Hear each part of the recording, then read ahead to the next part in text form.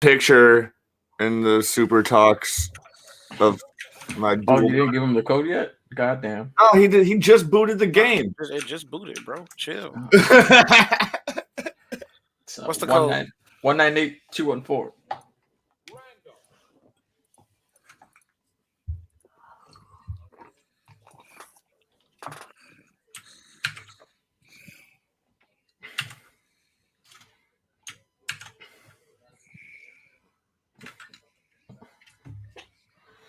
Listening to that young Jesse McCartney right now. What's all in your PC, Timo? I don't know. I bought it used from my buddy back in 2019. It runs nice.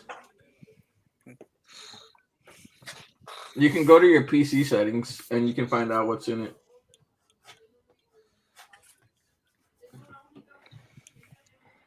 I'm just gonna spectate for right now. I gotta use the bathroom real swift. All right. All right. I'm ready to beat Timon's ass again. Yeah. I'm Vector. I'm also mute too. Nowadays, everybody want to act like they got something to say, but nothing comes out when they move the lips. Just a bunch of gibberish and motherfuckers act like they forgot about Dre.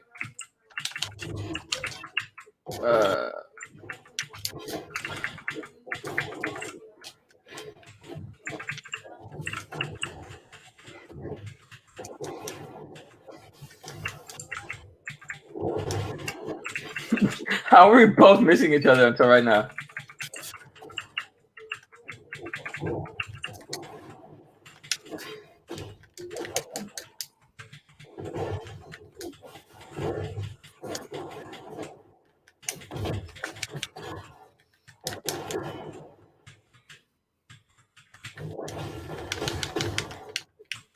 Hold on. You're lucky that shit wasn't close to you.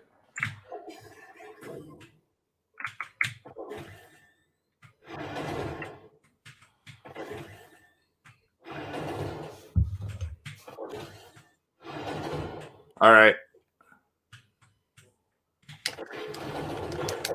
Itch.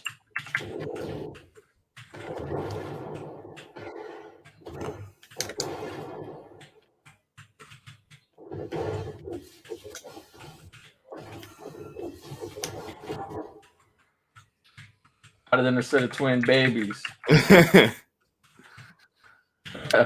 swear, people try to cancel, like, oh man, that shit is funny. That out of everything, dude, they've been trying to love cancel Eminem for like 20 years, dude. Like, it just makes him out more of powerful. everything, the song where Eminem was like, "Yeah, I'm trying to tackle abuse in relationships," where it was actually him like saying like, "Yeah, I'm trying to show the negatives of toxic relationships," and then people are like, "Yeah, let's cancel him for that."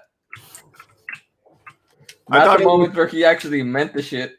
I thought it was just Little Pump fans that were trying to cancel him. Little Pumpernickel? I don't know. Little Pumpernickel. This is the first time you heard Little Pumpernickel?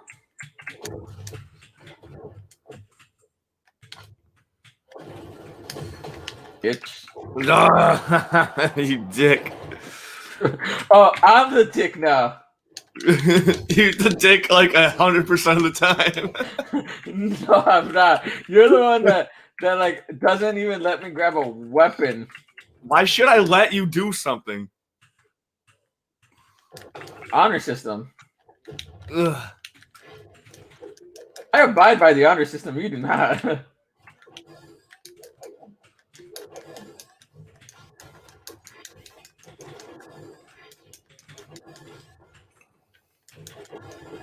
Ooh. Ho ass. All right, shut the fuck up. I just got my I just like used up. Young nigga with the 38. 38. Nigga with the 38.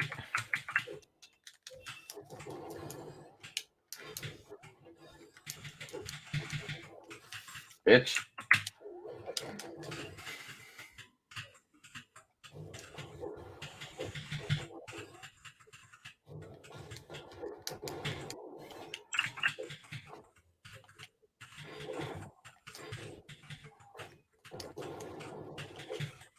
Ugh. I just love launching you.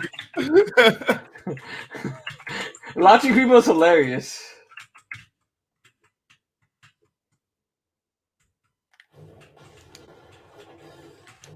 Bitch. Oh. Oh. Bitch.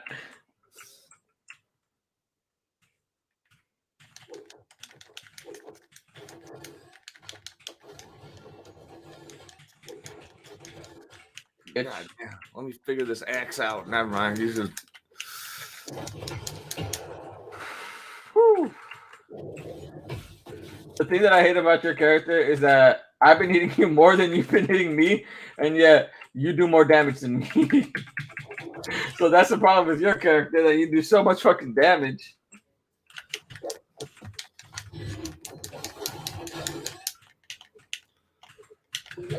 Oh man, I wanted to fling you.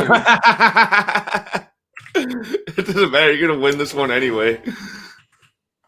Matters to me. If I win because of that, that's gonna be hilarious. And I accidentally, for some reason, I was hitting down when I was. That jumping. was the case. I am so sorry, my friend. Actually, Chief Keef was really good in this song. 17 with the 38. You heard it? I enjoyed Chief Keeferton.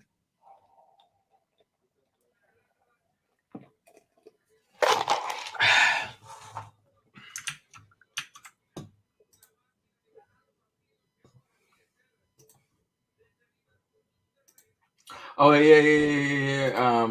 He's waiting for his aunt to leave his house. So yeah, that makes sense that he's not on yet. Yeah. I gotta hide my face. There we go. Your love keeps lifting me higher and higher. If only I could sing like that, right? Then people wouldn't be thinking, God, this guy needs to shut the fuck up. Then they'd be like, oh, he should keep singing. Higher and higher. Yeah. I said your love, it keeps on lifting me higher. Demonetized. Demonetized for real. For real.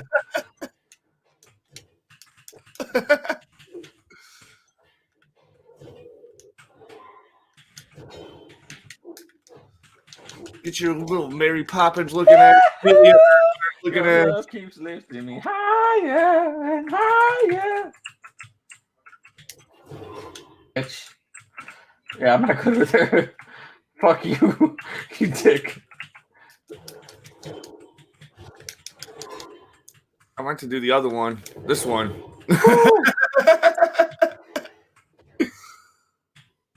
Oh.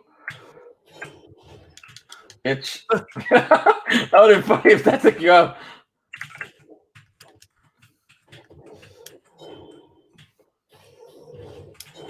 Oh, we both passed each other. Oh shit! Now I knew that was gonna take me out. Wow.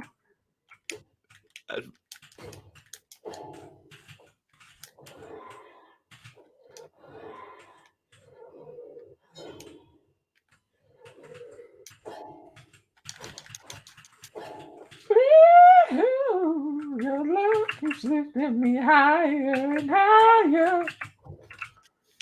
Dick. Come on, I can't hit you.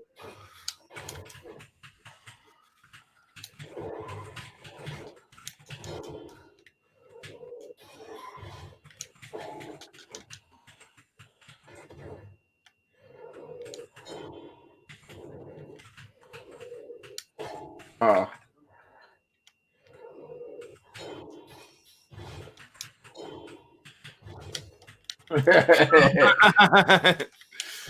No. Oh. No.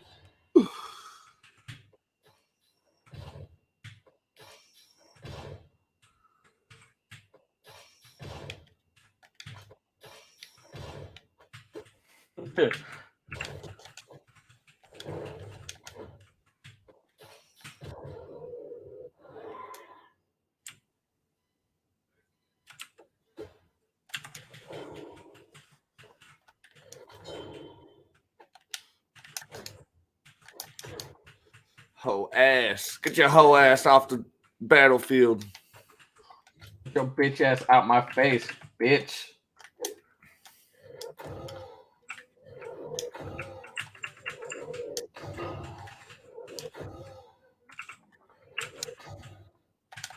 Fucking thought.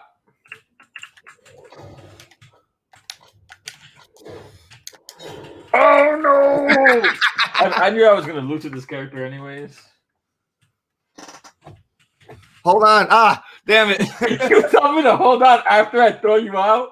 Really?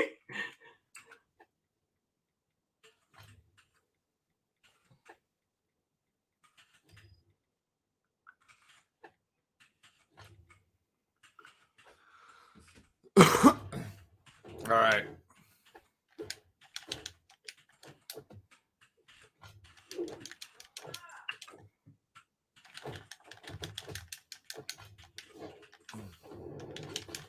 Damn, I wanted to like throw out all the fucking weapons. Oh fuck, what the hell was that?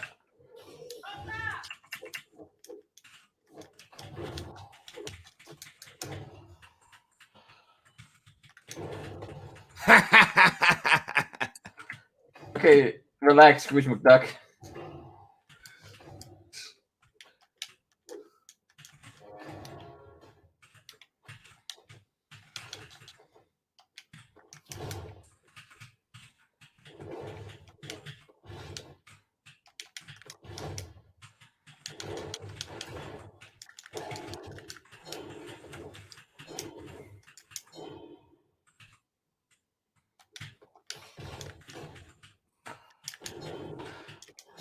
No, I should have let that go easily, like early.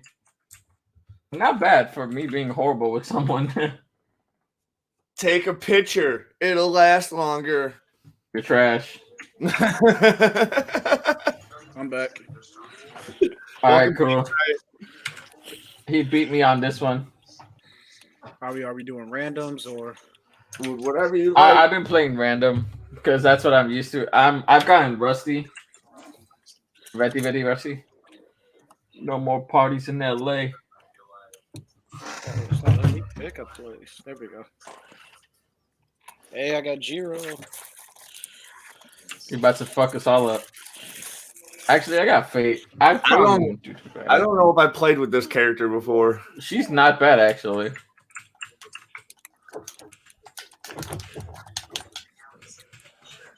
Ah, fuck.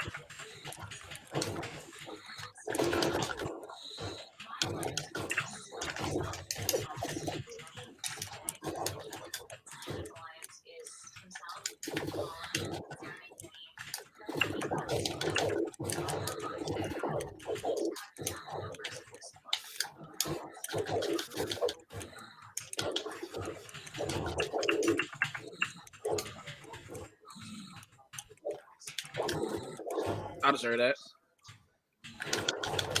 That should have hit you. That should have hit you. Okay, why did I go through her?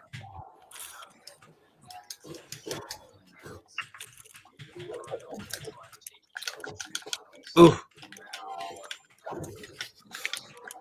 Ah.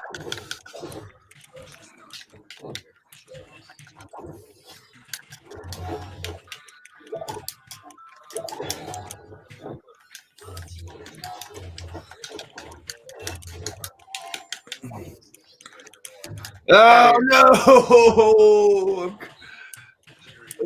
There's a single tear rolling down my cheek.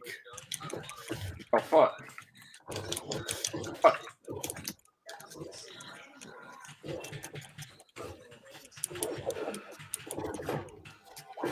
Oh, what? That should not have happened.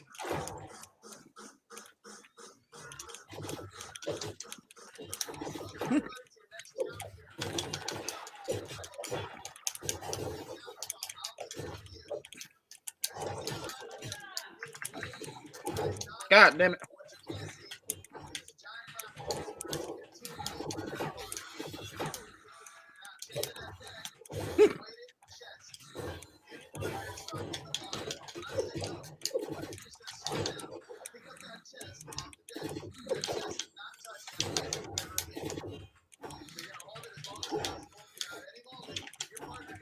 How the hell? How'd you run through that? No, it's because I was up and I came down, so like it kind of just passed me while I was up. No.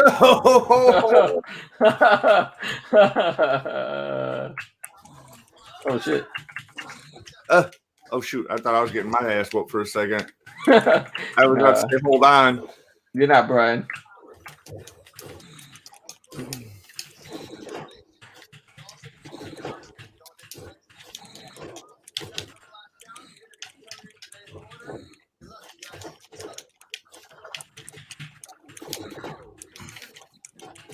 Oh shit! I almost killed myself. Good shit.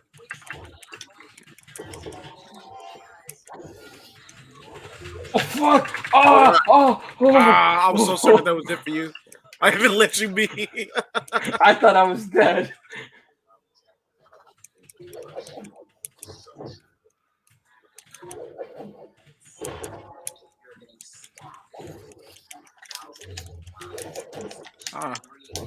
He's about to jump me. Ooh. Yo, he's about to jump me, bro. I'm trying to jump Tony, but you came in my fucking area. Ugh.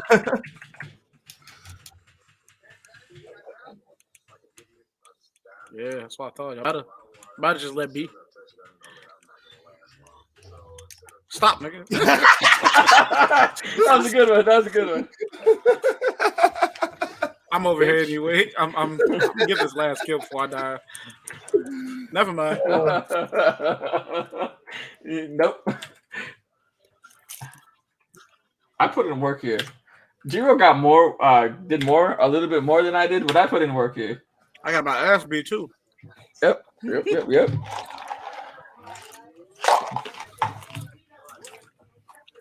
I think Antonio had cheat codes going. I don't got no hugging people. Walk straight through my down special. I'm just like, oh, okay, I guess.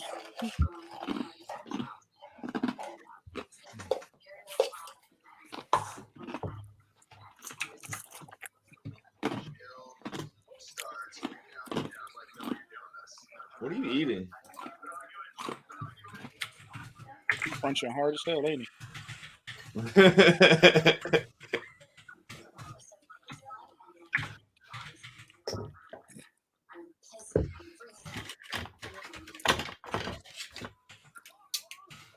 Sorry, I was messaging Jake. Yeah, where the fuck's Dalen's bitch ass? He has his aunt over. She's still That over, might- dude. It's like 9 o'clock. I mean, I guess it's 7 o'clock over there. Yeah, you goofy. I love you though. Damn, I'm a hater.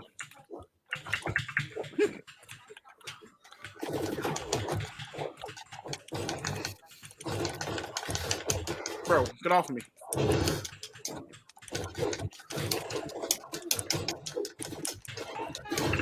I ain't gonna lie to you, I'm salty.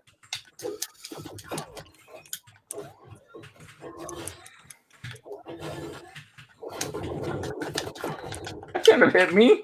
How the fuck did that hit me? What the fuck?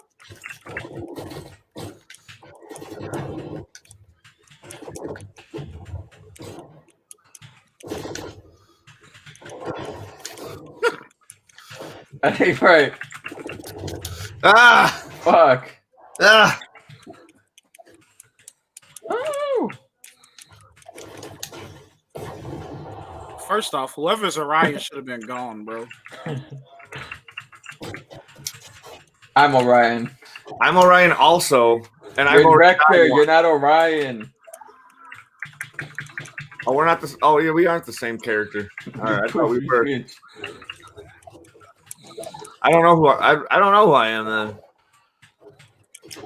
Oh, you know what? Fuck you, Brian. I was trying to go after Timon. You weren't even near me, bro. I was about to hit He's my trying special. to get away from me.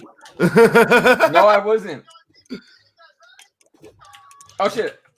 I stopped playing for a moment. I need one. Let's go. Yeah, that's it. There we go. You a hoe. Bitch.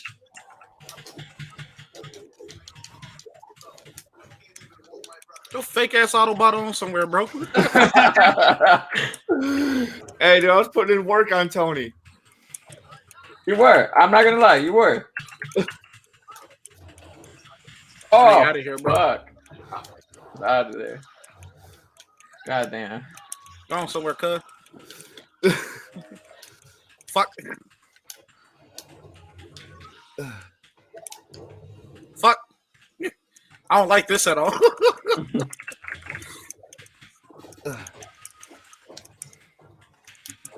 Fuck. Yeah.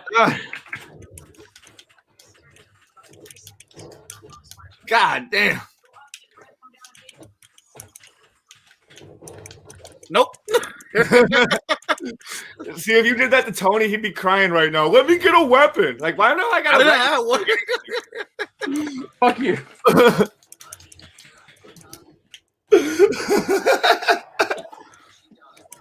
Bitch.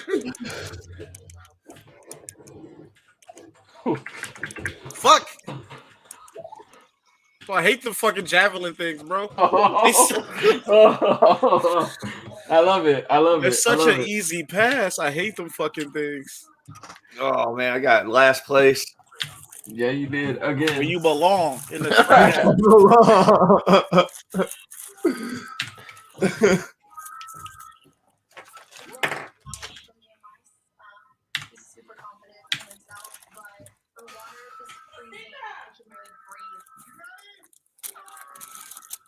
All right, I'm ready. My bad. Had to set up my mom.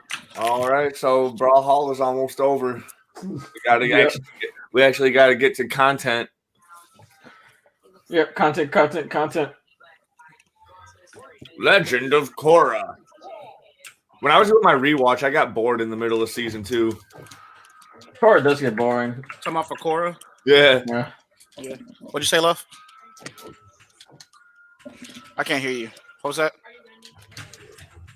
I'll grab some more if I need it. Why is it low?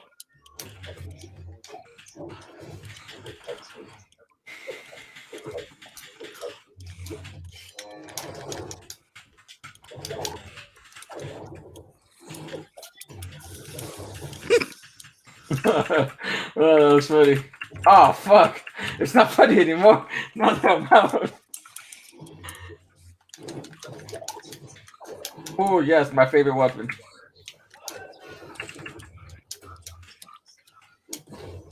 Oh, come on. Beefcake.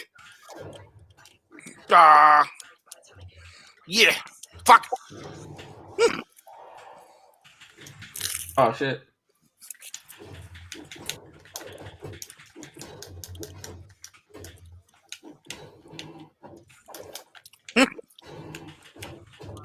Shit.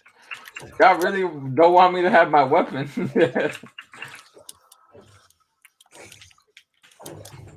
Ah. Oh fuck.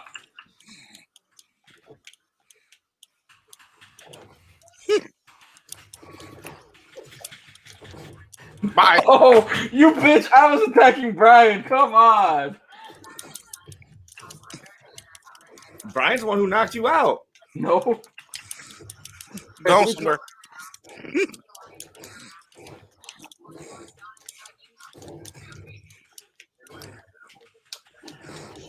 Oh shit.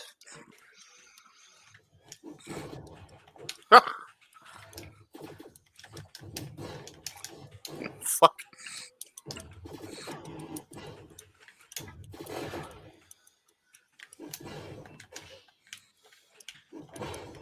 Ah, you got me.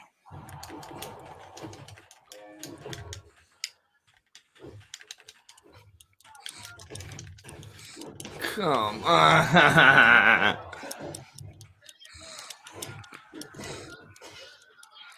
I didn't expect it to catch me.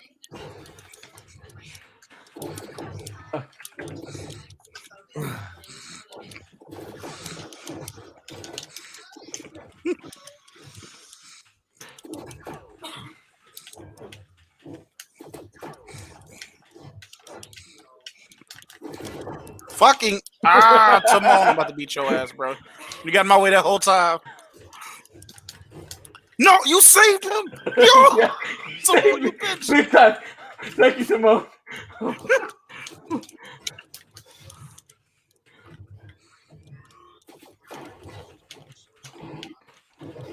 No! No!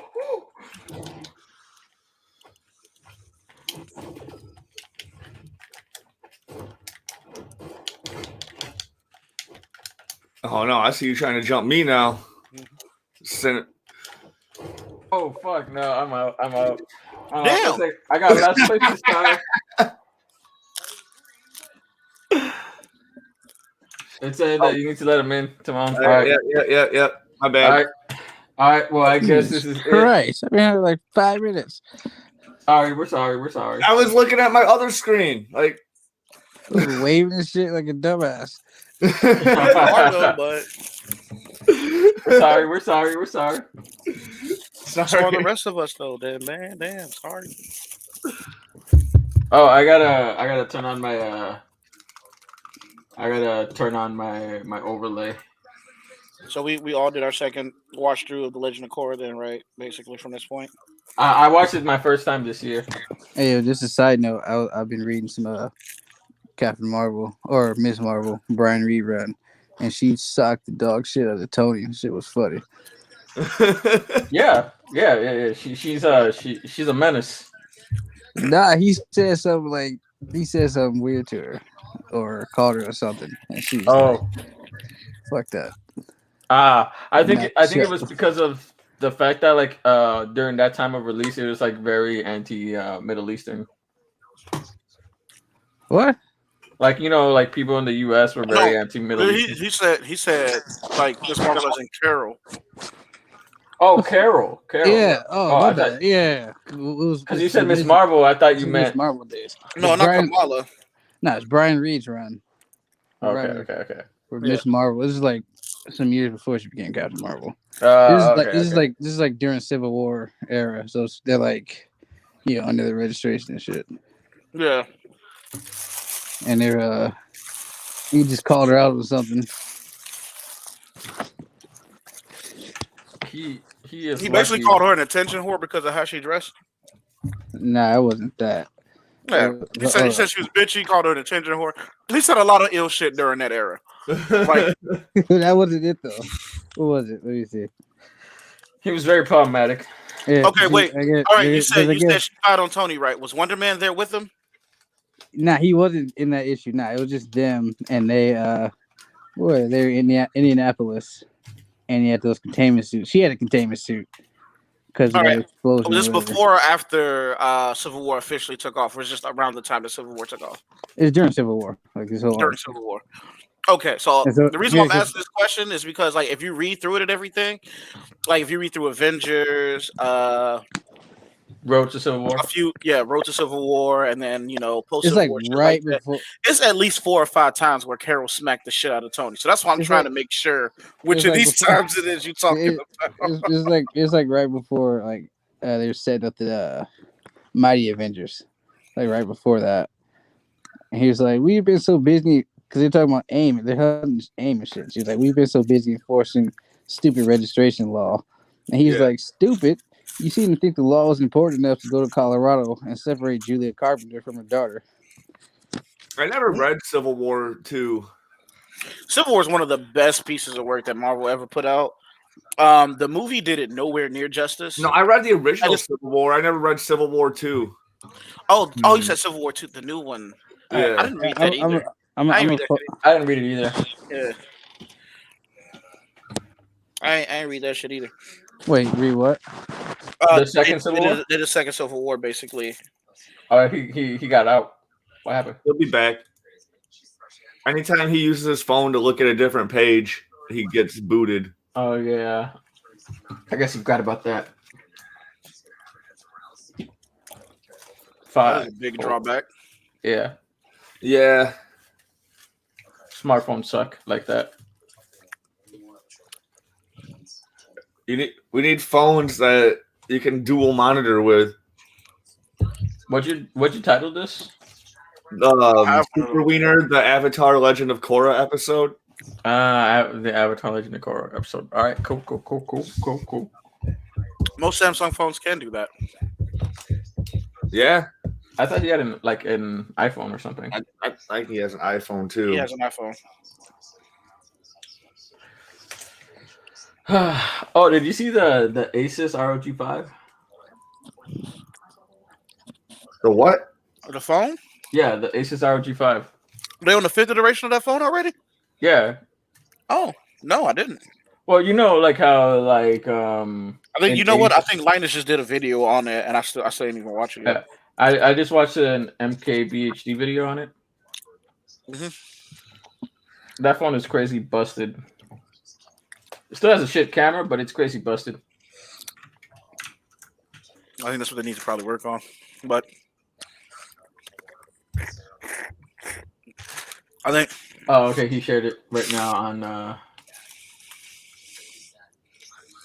He shared it on Messenger.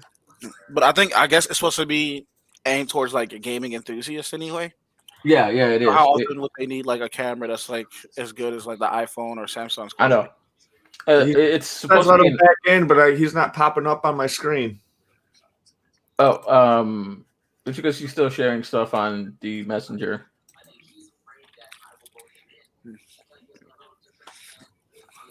He said, "Let me back in." I know I can't. Damn. There we go. Now I can.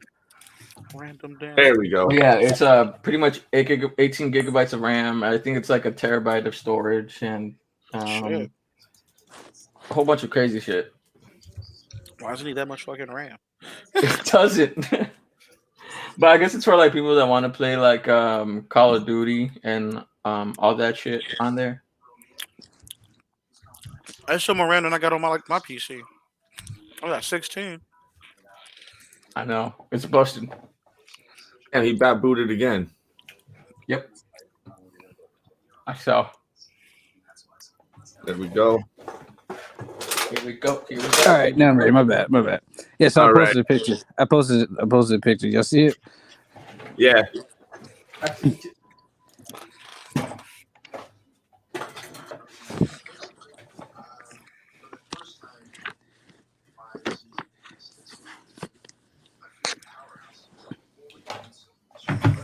Yeah, it would have been cool in Coming to America. So Lord Stimmy blesses us within a week.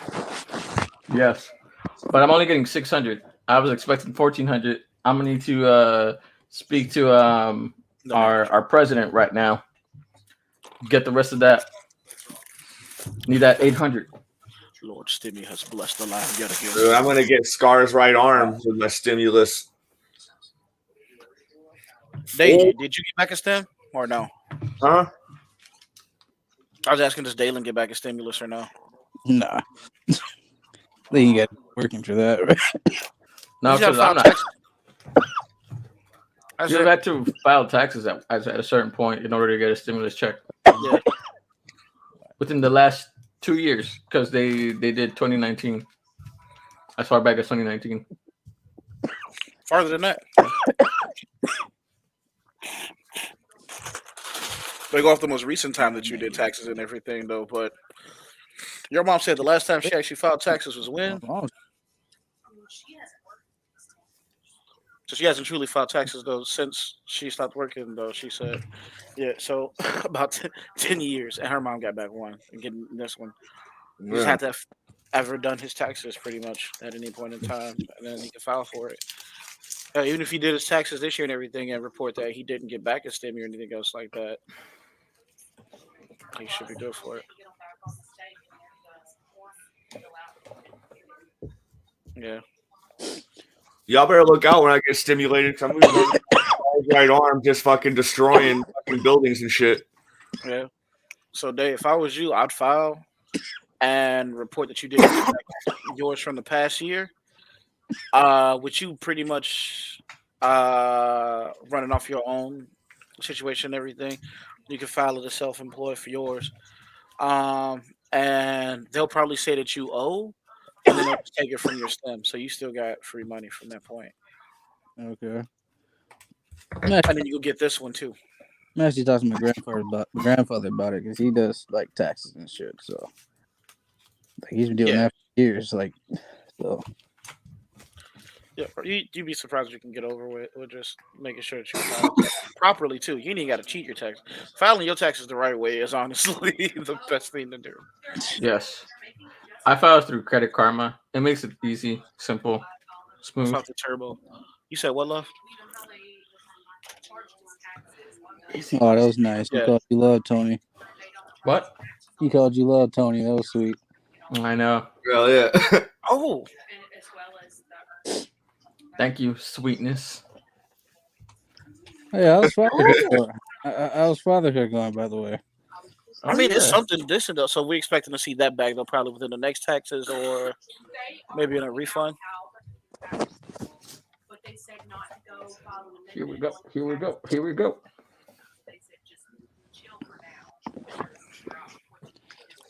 Look at us. Okay. Talking about adult things. We've been live for 36 minutes. No, because they were saying that they're going to be also working on something to return the taxes that they took out of people's furlough checks. Because it was like, yeah, we shouldn't even tax that shit because that was from furlough and everything. Basically, like nobody could control being locked down. It was a government decision. The government shouldn't be banking off of it. So, yep. Yeah, so they're working out how to passing that back is what my wife was saying. But I don't. If everything passed out right, then I'll be all right with that. Get Mitch McConnell old ass out of office. Man, I just Nancy too. While you at it, I don't give a shit about her either, bro. I don't give a fuck. But I would old bitches can go. I would definitely want them to take a slip and break their back. No, because they still be living and they still can work because they don't do shit already, so they can still not do shit on a broken back. I know. True. I don't wish death on them though. Critically paralyzed. Critically paralyzed. Or just to get the fuck out of the office. It's that simple. You know what's funny? So she's gonna lead the Mighty Avengers, right? Who gonna lead the Mighty Avengers? Carol, right? She ain't in the Ultimates with old boy in them?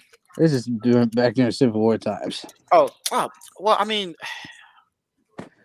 I'm just saying it's gonna be hella funny if they go with that angle in the movies.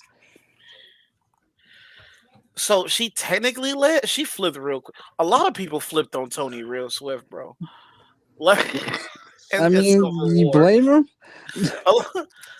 No, because Tony was okay. So in the movies, it's arguable whether or not you could be Team Tony, Team Steve, whatever the fuck it is. Yeah. In the books, it is not questionable. If you side with Tony, you might be a piece of shit. RDJ just brought art to the role. That's what it was. Because after a certain point, you find out how racist Tony is, how misogynistic Tony is, how he don't give a fuck about nobody at all. It's mainly profit and for him to get the upper hand on the government. Hey, Reed Richards this is a political way for him to basically take over the world. Superior Iron Man ain't nothing but that nigga basically saying out loud what he already been doing for like 20 years. He was him, but vocally. That shit was great. That shit was so great. He just didn't care anymore if people knew. That shit was so great though. Civil War, I didn't know how much of a piece of shit Reed Richards was before that too. Like Reed Richards was always a terrible husband. That's why he always got to run fade on somebody digging out his wife. That's why when we had that discussion about the Fantastic Four, and I was like, I don't know why people like Sue. She gets passed around so much, and you just realized it. It was true. Half of Fantastic Four is Reed. Wait, we should be I should be recording. Hold on. Let me get this started because this is actually like good conversation that we should be having. They have the worst marriage in comic book history. Yes. All right. 5, 4, 3, 2.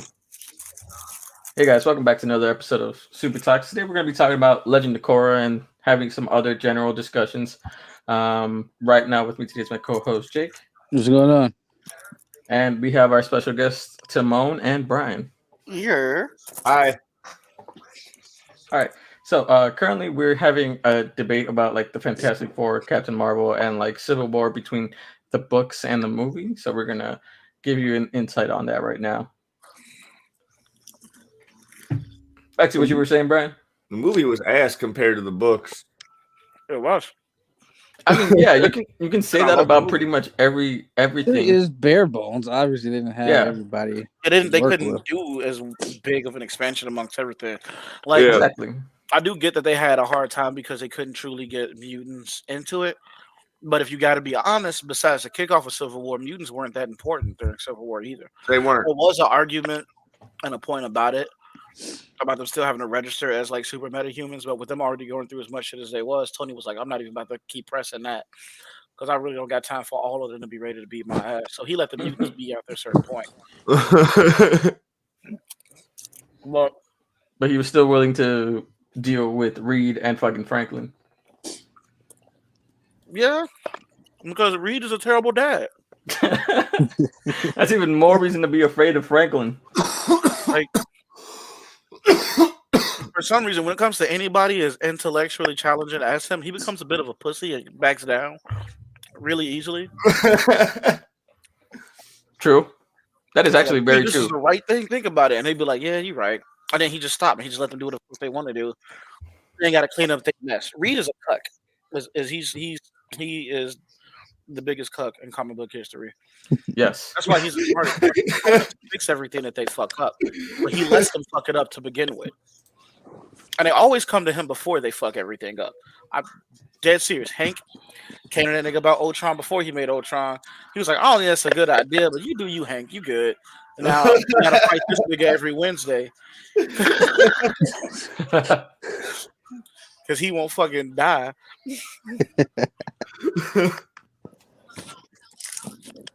I just got told that my intro was cringy. Fuck. That's my hentai Slayer though. Whatever he says doesn't matter. His name is Hinte Slayer. Come on now. Yeah. That is true. Also, I don't believe he has a gal pal. That gal pal. That was probably a Tenga that he was playing with. Yeah. Calling Got a his little pocket girlfriend. rocket going, boy. Oh, if you don't know what a Tenga is, it's basically like a pocket pussy. A pocket pussy. It's not basically. It's supposed to be like a sophisticated pocket pussy. Oh wow. It's that name brand. That name brand. Yeah, so before we get to Korra and shit, Brian, you did want to talk about WandaVision, right? You said what was that? You said before we get to Korra, you did want to talk about WandaVision, right? I was kind of salty that I missed the conversation on WandaVision, but I could live without it. I didn't go back and I also didn't watch what y'all said on WandaVision yet either, so I don't know if y'all already touched in the conversation my thoughts that I think about it or not. Are you ever caught up? Yeah. Just say what you want to say. Yeah, it's all good. Oh no. All I was saying about WandaVision is kind of salty that they basically said fuck off on the whole mutant theory. Yeah. Where they're going to introduce mutants. Yeah. But I'm okay with them not doing it. That being said, I still think that Mephisto's going to have some heavy role in the Doctor Strange movie just based on comic book history with them bringing in Agatha. Billy and Tommy. Mutants. Yeah. Like literally fucking Speed and Wiccan. Like that's why people kept saying Mephisto's not part of this, but it's like not kids bro. Like her kids are right there. Yeah. But I mean, I guess it's trying to say like she created them herself, but I don't know. I mean, but that was the whole thought. Like even when they first introduced the two of them, people thought that she made them out of thin air because she did all the other bullshit and everything, and everybody's just like, "Yeah, Wanda tripping big, bro." So, I mean, but they came out of a vagina though. Slayer told you, Tony. What'd he say? He said, I told you because you're a lonely boy, no pussy having it. Listen, I'm just saying though, like, what would you rate that Tenga? Because you didn't deny that you had one. I know. So what you're saying is that your girlfriend is actually a real Tenga. So go ahead, rate it. He didn't say no. Sorry. You got one of those Tengas that are forever, bro. Leave it be. Is your Tenga one that is based off of porn stars? Is that what it is? I bet his Tenga is based off Asa Akira. I guarantee you it's based off of Haruhi. It was based off of Johnny Sins' butt. Oh, gross. Do you want to admit something to the class, Timo? No, You wanna talk about this? no. I am a big fan of Johnny Sins, but I don't have anything related to his butt. Yet. Yeah, yeah. He's like, I'm gonna make it happen. I'm a booty warrior. I'm still an advocate for him to play One Punch Man in a live action movie. I'd honestly really would rather see that. I'm not gonna lie to you. You don't really Like, got, and like, I don't even mean like in like a spoof one. I mean like a serious high budget one. I really want to see him. If we can't get him, I'll take Mark Strong because Mark Strong looks exactly like him. But I do want to see it. Johnny Sins for Sinestro, bro. Let's go. Johnny Sins. And that could work. Did you just look it up? It could. They already dropped the bag with that premium cast they had for the Green Lantern movie. Wait, I hear about those plans for the Wait, nah. What am I talking about? Oh. Do y'all think whenever they flip over and do the next live action Green Lantern, they go ignore that Hal ever existed and go with another one? And aren't they doing the show? Are they? I don't know. Gonna go Hal and what's his name? John. Do Hal and John, like a buddy cop Green Lantern? Yeah, that's what I thought. Green Lantern. Oh, okay. Look, I feel like if they're gonna do a buddy cop thing and introduce a character, it should be Sinestro Hal. Yeah. Yeah. Because that way, when Sinestro flip and go evil and everything, everybody would feel like, fuck, god damn it. Like, I don't know how they're not going to expect Sinestro to go evil with the name Sinestro, but still. I want to get Jack Black to come back, do his version. The fuck? Remember Jack Black was supposed to be Green Lantern? Oh, my Lord. It was the most terrible thing. It was the most terrible fucking thing you ever read in your life. I've never heard that. Wait, I think what? that was supposed to be like years ago. Yeah, like Yeah, back when like Nicolas Cage was almost Superman. so, like around that. It's if you look at the plot line, it was probably the worst fucking thing you ever read in your life. I think it could be worse than what they actually did. Because they again fumbled such a glorious bag. They had it. I know. What is it with like major companies? You know what? Let's get some great actors. Let's get good directors, and then you know what? Let's just have them do their worst. Yeah. Also, real quick too, while we're on the topic of it, I know people like to rag on a CGI suit, but how the fuck else were you gonna make a suit made of light? Yeah. I was fine with the suit. I thought the suit was fine. I thought the suit was all right. I thought the suit part of those suits are CGI anyway, so who cares? Yeah. Like, nah. Right. And also, why people were shitting on the suits being fully CGI? How come they ain't say nothing about Zod? He was CGI, wasn't he? Yeah, All he of their shits was. were straight CGI. And a Man of Steel movie. Yeah, that is true. Because if you look at was... him in the actual suit, and then you see pictures of him in the actual suit, and then you see in a CGI edited version, it looks way different. Yeah, the actual suit he was wearing was like that, like black, like wetsuit looking thing. Mm-hmm. Outside of that, everything else that was like on him was like CGI, like modeled around him. It was just like a little like like that really heavy, bulky armor when they all like got out the ship and everything that him and Fiora was wearing, along with like that mask and shit like that. All of that was CGI, like through the entirety of the movie. There was never a physical display of that armor. One thing I will say, DC does like CGI way better than Marvel does. Not gonna lie. I think CGI can look really good if you just get a team that gives a fuck enough to do it. Mm-hmm. But Marvel, I don't know what it is about Marvel though. They just looks hella awkward sometimes. Like Black Panther, that fight, the end fight. It was what's crazy too is that the suit looked fucking dope the entirety of the movie.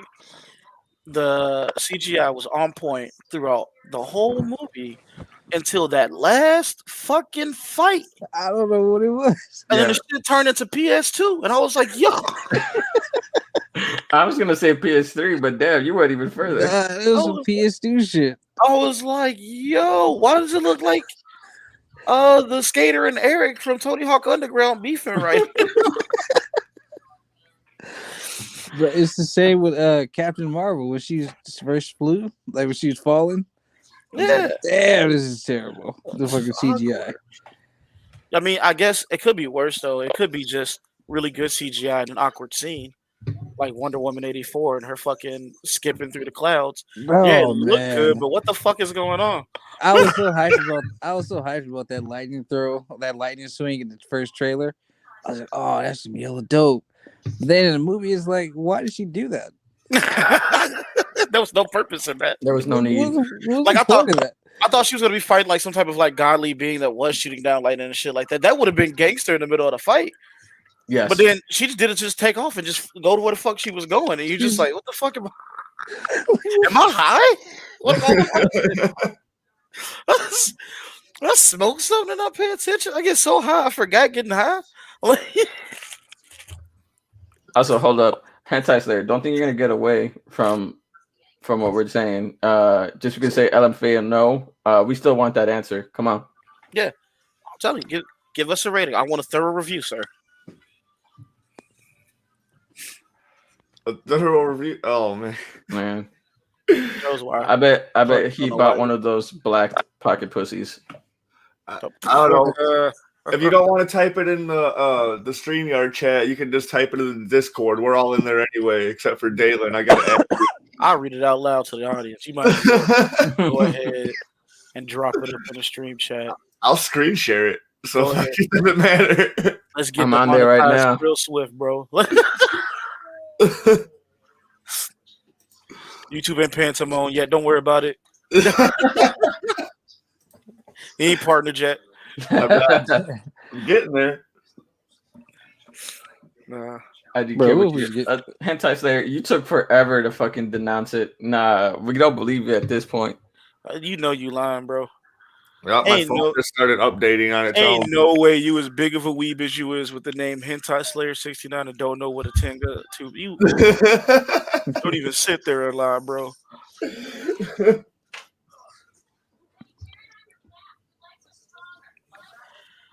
And then in all of your forms you get obscure weeb avatars for yours too. So I know you know. You know what's crazy? I didn't find out about Tengas until Today. no, I found out about Tengas. Ow, me. Oh, you found out about Tengas today? I found out about Tengas literally like late last year. I didn't even know what they were. Like I literally looked up on my Google search like Tengas, and I was like, "Oh fuck!" Now that's gonna be stuck in my search forever. Well, I've been like a heavy weeb forever, and Just at incognito one it. point, you don't know how to spell Tenga. I knew that man was special, bro. I told y'all he was retarded a couple days ago, right? And that ain't that the one who bullied boy off the Discord? Yeah. Yeah, okay. Yeah, I told y'all that boy was special. I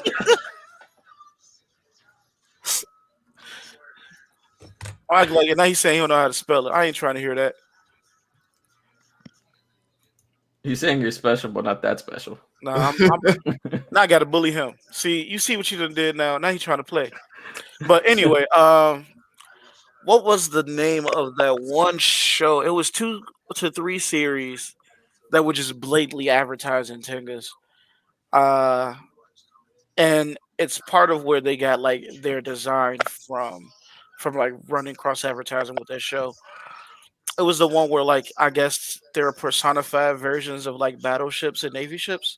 Oh, okay. I know what you're talking about.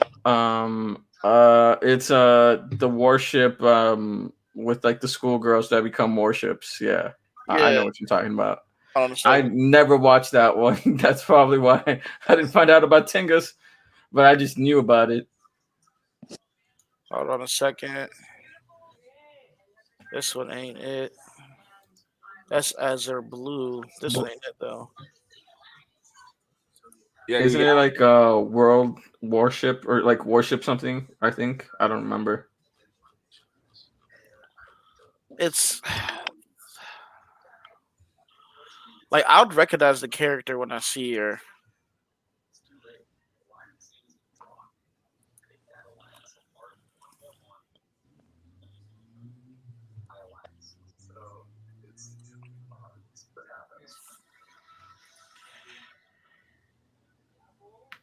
Second aircraft here.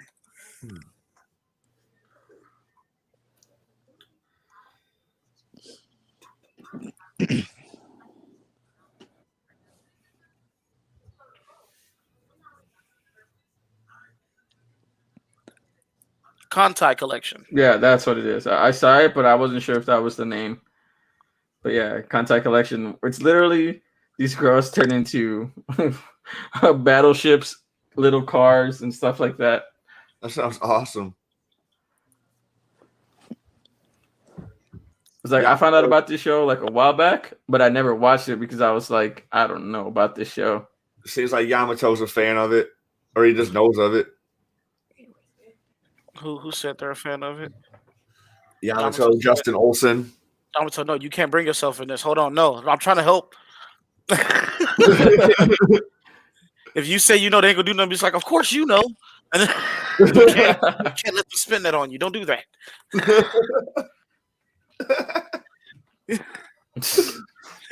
God damn it. Now you got both of us out here looking like whatever's. All right, what were we talking about again? Why Legend of Korra sucks compared to the original Avatar. That's supposed to be the original topic. It's average and comparable. But yeah, and also where did Tenga come from and everything. Yes. But anyway, as an earlier weeb, I guess, out of the group of us, I don't know. I've been weebing since I was like 6. Shut up, nigga. Probably earlier. No one wants to hear your fucking lies. Anyway, it's not fucking lies. Literally, the first anime I watched was Hamtaro. When you get on these illegal sites and everything, though, to watch everything like Kiss Anime, and before Crunchyroll was actually a streaming service, and it was actually a social media site. And like My Anime List and shit like that, they'd promote Tenga. Hey, My Anime List 123 is the one I used. Your computer must have exploded twice. Nope, I was good. I was good because I wasn't stupid and clicking on the like add-ons and browser sites. Typing that shit in the browser alone is just you automatically downloaded the virus. I was safe 24/7. Automatic. You think you safe? I think somebody already sold you on the black market. You don't even know. I mean, they could have. Not gonna lie, they could have. They just waiting to collect. I mean, who's gonna want me though? Like. Terrible credit in that. But no, you used to see the advertisements though on that. You're like, what the fuck is that? Like, what is that? Because like the cans for it, like a soda or some shit. Like you're just like, what is this? And then like you look up, you was like, yo, what the fuck? And you go like, what? But maybe. And then I don't know. They used to advertise them just like really hard. Like they actually had like a little like Tenga themed mech at Asen at one point. God damn. And like people still didn't know what the fuck it was. And then they go over there, talk to him, and be like, y'all dirty. The one thing, a Tenga that I found out about this year because I followed degenerate YouTuber, anime YouTubers, is the group Tenga, where it literally, it's literally a Tenga that's kind of like. It looks like a butt cake almost, but it's like purpley grayish. And then literally it has like I think 12, like 10 or 12 holes. And then you somebody lays down and puts like there's a bottom hole that someone basically puts their dick on, and it's kind of like a table at that point. And then there are like other holes where everyone puts their dick into. That is cursed. That is very cursed, and that's how I found out about Tenga, like for real about Tengas, because I was like, why the fuck would anyone buy that? Fucking Japan. I can definitely see that being a thing in Japan, not gonna lie. Not in the US though. Like everyone would be like, no, get the fuck They sell out them of here. shits in gas stations too. They're supposed to be like the ones you use and dispose.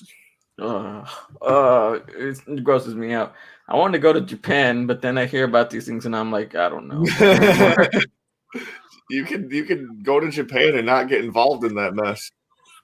And I'm going to visit the anime sites, and that's probably where they have most of the tengas. Okay. Just don't buy them. I won't buy a tenga. I'm not going to buy a tenga, obviously. Like they don't but even. If I go, no. Here's the thing. They try to make it such a mainstream thing. They don't even sell them as like a perverse thing. Like you know what you're getting when you buy it. True. But like here's the thing. I don't want to go into the bathroom and then find a tenga just lying on the floor. I don't feel gross. First off, Japan ain't nowhere near that dirty. That is true. Yeah. Like what are you talking about? That is true. You're right. Literally a place where they'll jump you if they catch you littering in certain areas of town, bro. What are you talking? You're right. You're right. I keep forgetting. I keep thinking America when I should be thinking Japan when I'm talking about Japan for some reason. I'm thinking like dirty ass fucking New York or like Chicago where there's hella rats. What is this? The response to Galaxy Tyler. Okay, wait, Yamato. What is this you're posting in there? That they're arguing about Kiss Anime being dead as fuck, and he's like, "No, it's not." No, Kiss Anime keeps on like getting shut down and then reviving itself. It's not going anywhere anytime soon, bro. Kiss Anime is just coming in waves. Like it gets thrown down and then it just picks itself back up. Anytime I try to use it, it's fucking not existing. So I never try really anymore. So like, because every time I did, I'm like, what? No. Kiss Anime is the Hoobastank of pirated sites. No, and dude's trying to argue that it's shut down. Probably the site that he's trying to get through because he had basic. Look at that. Only, I know. Like, call it a day and everything, bro. You can find whatever the active link is just through their forums and shit like that. It's not that hard. He found it an honor when you gave him the bitch N-word medal. He found it an honor. I gave him the bitch nigga medal. Yeah.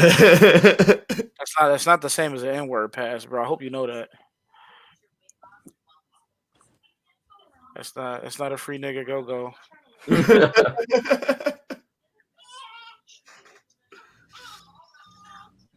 He probably has that Stormy Daniels tenga, not gonna lie. Disgusting. You disgust me.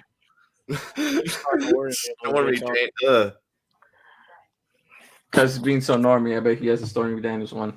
Well, so those you're thinking about the fleshlights. Fleshlights are the ones. I know. I'm just kidding. I'm just putting them together in. I guess are supposed to emulate anime characters. You need to get on them about that.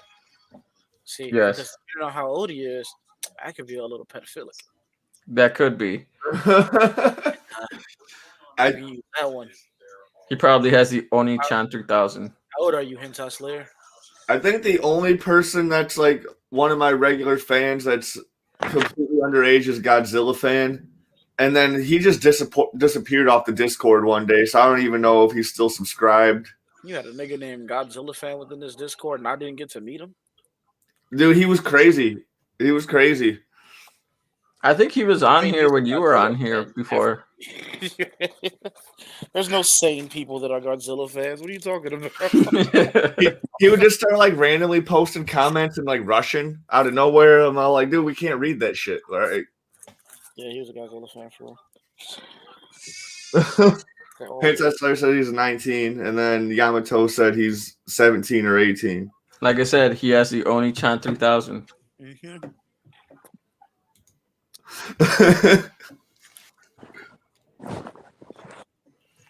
Probably has the one that's called Nissan. All right, let's get. So I can't talk shit. WandaVision. That's what we. Your thoughts on WandaVision, Brian? That's what we were on. Instead of like shitting on Hentai Slayer and his tenga taste. I did get my thoughts on it. You did. Oh, you did. Okay. You did. Pay attention to your show. Yeah. I'm sorry. We're all in agreement that I didn't get distracted by. we're all in agreement that the official's coming. Basically, my bad. Baby in the background. Sorry. She whining because she getting changed. Oh, how's it feel to be a brand new daddy? Baby. Awesome.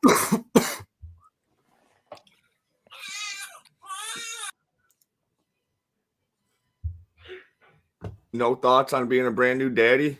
He said it's awesome. It's awesome. I heard that's it. Brady, do you like this? I literally explained what a tenga is.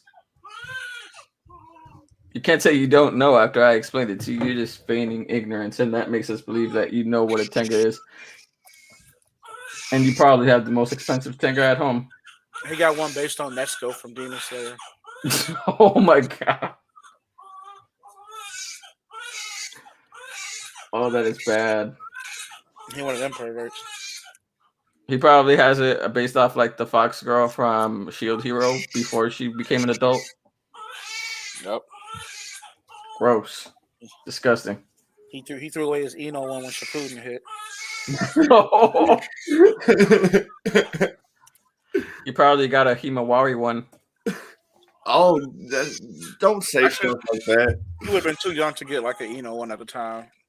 When Shippuden dropped, if he only 19, he said now. Yeah. Yeah. But he do got a brand new solder one sitting right there though. Yep. I laughed when Himawari beat the shit out of both Naruto and Boruto. I like the episode in Boruto when fucking Sakura, Ino, and Hinata just go out drinking, just having a girls' night out. Not real shit, Hentai Slayer. Are you a lolicon? He is. You don't gotta ask. He is. All right. So you were Shotokan. I asked him. Wait, what? Mm-hmm. You said Hentai Slayers are Shotokan? I said you are. Oh, hell no. Get that shit out of my fucking face. I am. Fuck out of here with that shit. I saw Boku no Pico in your search bar, bro. Don't worry about it. You ain't never seen Boku no Pico in my search bar I know at all. you like, bro. That's how I know you damn well lying. Feds, y'all heard him. Feds. We got him, boys. I could probably pull up that fucking gif.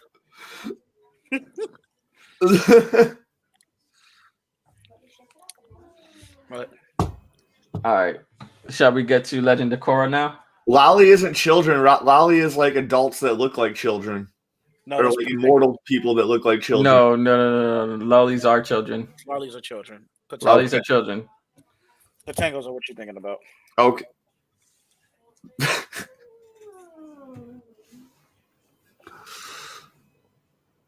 I know there are some like 9,000 old women that look like lollies, but lollies are children, bro. Okay. All right, so let's get to Legend of Korra. What are your thoughts on Legend of Korra, guys? Hey, the metal bending was dope. Metal bending is dope, but I'm gonna say overall, I like the show even less my second time through than I did. Me too. Oh my god! Like I said, I got bored through season 2, and then when Jeremy hit me up talking about he's never seen Full Metal Alchemist and he's watching it, I'm like, dude, I'm gonna do a rewatch of Full Metal Alchemist then, dude. Like, Did you watch Full Metal Alchemist or Full Metal Alchemist Brotherhood? We watched Full Metal Alchemist and then the movie Secret of Shambhala. Now we're watching Brotherhood. All right, good. Yeah, that was better than I remember it being. Exactly. A lot of stuff like that too ends up being better my second time watching it. Like, okay, I guess I didn't appreciate some stuff. Brotherhood is the best out of all of them. It actually feels worse to me this time through, and I think I finally pointed out what it was. The voice actors fucking suck. I don't mind the voice actors. No. The voice actors have one. The only one who's actually good is Korra, and Korra's a boring fucking character in her show. she is the least interesting character in the entire show. That's true. If it ain't the voice actors, then it's the directing of it. But I like Bolin's accent. They all speak in the same tone though through the entirety of the show. I guess you're right. So it's either the director and the writing, or the voice actors and the writing. I feel like it's probably Nickelodeon was like hindering them. No. Because they did complain about Nick not letting them do everything they wanted to do. But this one had like a more mature turn though than even the first one. It was just there was nothing compelling about anybody on the fucking show. Bolin. There was nothing. All of them had like the same monotone thing. You know what? I'm gonna say it's the directing and the writing, not the voice acting. I'm still gonna say that's what I'm saying because everybody who's on this one is still like pretty much an awarded or at least a recognized voice actor to some degree. But the characters have no emotion throughout this fucking series, bro. This it's terrible, man. I'm gonna still say Bolin because Bolin is the only one that actually had emotion. Bolin is just discount Sokka though. Yeah, That is true, yeah. but that's still better than everyone else. Yeah. Bolin is like super naive, dude. He gets caught up in like all sorts of shit, dude. Like, He is. And like even though I say, for the first series and everything, definitely Sokka carried the show, but it wasn't just Sokka alone. Aang Yeah. might have been the most boring character on his show, but Aang is still as entertaining as the most interesting character on Legend of Korra show, which is Bolin. Like Aang is still at least as entertaining as Bolin. Bolin's bottom of the fucking barrel of what you should be reaching in comparison to the sequel. That is true. I will give you that. Yeah. My thoughts on the show is like, okay, this is all right. It's not as bad as people said it was. It's average. I loved it when it was first airing. I was all like, hell yeah, more Avatar. And I think that's what I was just riding off of. But then, like, there were times where I was like, what? Sorry to cut you off. No, What became of the bloodbending stuff? I saw some of that. See, that's the thing too. See, this is why I'm not sure if it was the actors or the thing because, like, that fucking group of benders that just randomly popped up and they were like terroristic and everything. They were badass. The They villains throughout Legend of Korra's villains are way better than the first show's villains. Yeah. By a lot. Yeah. By a fucking lot. Like, and then they're a whole lot scarier too. I can guarantee the first group of niggas that pulled up on Korra and everything would have washed Aang and their entire squad, bro. As like teens. I think the reason was just because they would have bodied them niggas, bro. It wouldn't have been. It would have been one side. I guess it's like it could be said because like Avatar wasn't really like villain focused until the end because it was like the same theme throughout them trying to defeat the Fire Lord. While with Legend of Korra had a different theme each time. See, I think the first one might have been more villain focused than this one. But the thing is that this one had too much of a variety of villains. And the reason why I say, again, too, why, again, I say Sokka definitely carried the show, but he wasn't the only thing in the show. And Aang was the bottom of the barrel. Well, I'll take that back. Katara was probably less interesting than Aang. I would disagree on that. I would say Katara's Katara. whole thing was I'm the strong female character and everything. Yeah. Basically showed that, misogyny is bullshit, which, again, I love that about her. But then there's like several other female characters up in there that got that and way more also bringing them in character. So like Suki was definitely more interesting than Katara. Toph, we didn't even go fucking compare Toph. Well, yeah, Toph is a top is a top character. Toph is a top 3. Toph carried the show as well. And then so that's why I say maybe Katara might have been in the bottom of that barrel because that's all that she had going for her for a minute. Was that she was the first one of those like leading female characters to push that note. But once you got Toph in there, who was like, I'm doing the same thing, and I'm blind, bitch, and I can beat any nigga that pull up ass to prove this point, then it made Katara an irrelevant, like, I guess, her point an irrelevant character, except to push the plot and be the love interest of Aang. And I still love Katara too, though. And but even then with the villain, we also got like Azula. That's like a good... You can even feel Katara feeling that she's starting to be irrelevant in some points. But she starts learning. Like, was a good character, though. Yeah, that's what I'm saying. That's good character development, good character building, and all. Like, so even though she might have been the least interesting out of the core group in the first show, but she's still more interested than most of the groups in fucking Legend of Korra and everything. But my point of why I say that. It's not. I can't say it's the lack of villain fault though. For Legend of Korra is because the other thing that massively carried the show, as well as like Sokka's development, was Zuko's development throughout the entirety of the series. And most of the series, you can't stand fucking Zuko. So Even when you know that he's doing better than everything, you just get tired of him fucking whining, being a bitch, and just make the right decision. And you know what the right decision is, quit bitching and do it. Even that people love. Yeah, I don't know. I think Zuko had one of the best story arcs of like probably all time. I think I agree with you. It's one of the better redemption arcs. Yeah, it is. Yeah. It's solid. That's definitely one of the best redemption arcs. Like, period. But then we had the same voice actor doing his his son in Korra, like he's his grandson. His grandson. Yeah. Isn't his voice actor the guy that was what's his name in the Peter Pan movie, the leader of the Lost Boys? Yes. That was him. The Asian guy? Yeah, that was him. Or is he like Filipino or something? He also did American Dragon Jake Long. He did a whole bunch of other stuff. I guess he slept on as like a voice actor too, by the way. He is. I'd like to see him in more shit. He's done a lot, actually. American cartoons. I'd like to see him in some more anime and stuff like that, like with more serious roles.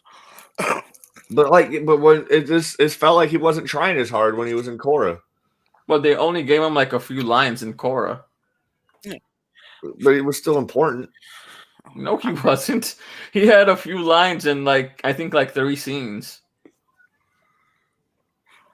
I don't think he was that important. I don't think anybody in Legend of Korra was that important for us. Yeah.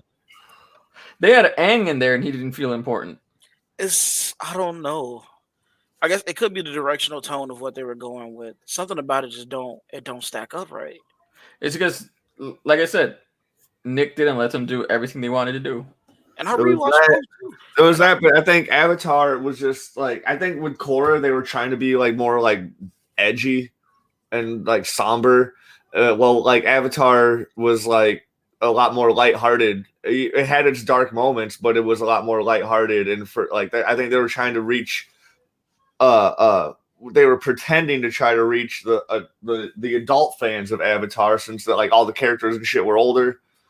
They were trying to reach us, and because we were the original Avatar. They're trying to force themselves to relate to us, but they did it in a really fucked up way. Yeah. Okay. I think that makes sense, actually. So Korra would have been you know how you get those people who think that maturity is pretending that you don't like certain things that would be immature and everything, instead of just maturity being mind your fucking business and just do you. Yep. That's almost what it felt like they were going with the directional route and everything. Like they were forcing themselves to be more mature, but it just make them seem more immature and boring on top of that. So now you just went from being serious to just being kind of a party pooper. It starts out right away with a fucking love triangle between Bolin, his brother, and Korra, and then it does run straight into it, straight into that shit. And it's episode 1 or 2, bro. It's boom right there. Yeah, and Avatar they do touch on relationship stuff, but that it's a bare minimum of the fucking content. You know, it's all about. It's usually towards the end of the season. Yeah, well, Sokka's all about pulling hoes or whatever, but other than that, dude, it's really Aang kind of wants to get some fucking a kiss and shit sometimes, but he's not. He's more focused on the mission, dude. Here's the thing, Sokka pulled, but the only time he ever really tried was with the North tribe princess. Yeah, the other times they just flocked to him. Because he didn't try with Suki. Suki just kissed them as they were leaving. Yeah. And then Ty Lee and the other girl, they were like, "Oh, he's cute." Oh yeah. Let me show you how bendy I am. I may not be a bender, but I'm gonna show you what this boomerang do, though.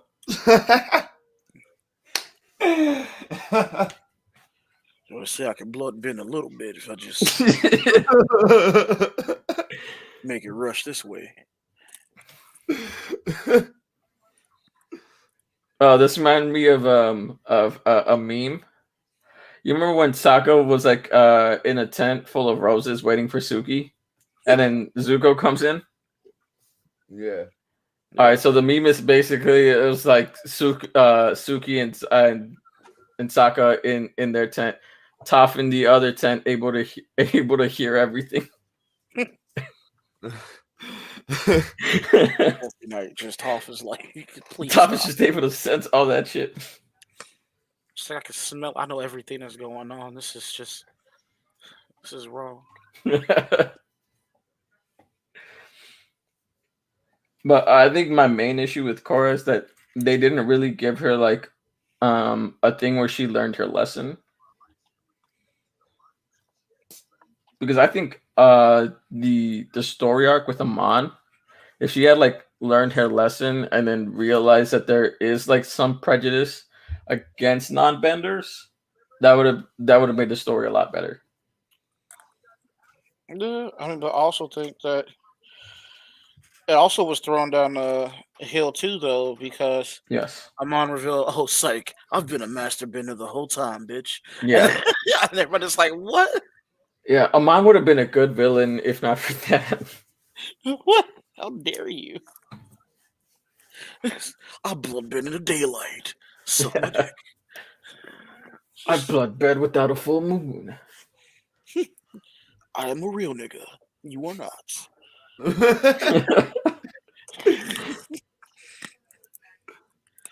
Look at this gangsta ass mask I have. You don't got a gangsta ass mask. Yeah, so like when did bloodbending without a full moon become a thing? When Was basically Katara Legend of Korra, Katara was able to do it. Later on, they canonically said that she could do it. Period, but she just hated it. She hated Yeah. everything about it. It was like it was against her ethically, but if she wanted to, she was more than skilled enough to do it. The reason why it wasn't that people can only bloodbend during full moon. Uh, it was just that people got like a power boost during like full full moon moons make waterbenders more powerful, just in yeah, just general. in general. Okay. So like if you were already kind of skilled and everything, and you could do it a little bit, but it was tough. Full moon, you can do that shit fluently with no problem. Right. Because Okay. you got way more of that. So basically, just if you were a better water bending than the old bitch that Katara beat the fuck out of in the first season and everything, then you probably could bloodbend if you wanted to at any point in time. That's all you had to do. Just be better than her and healthier. and, and so basically, the niggas who pulled up on Legend of Korra was like three of them that can do it. 'Cause they just roll up. They was like, "What's good?" and just started throwing hands.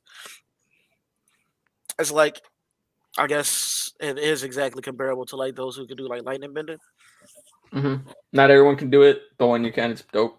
Yeah. Yeah, you got to be skilled enough and everything, and you might be able to do it during the Souls in Common or whatever the fuck. But normally, if you can, you can't. For some reason, I was thinking they need to do their powers on an eclipse, but You know, I just remembered something.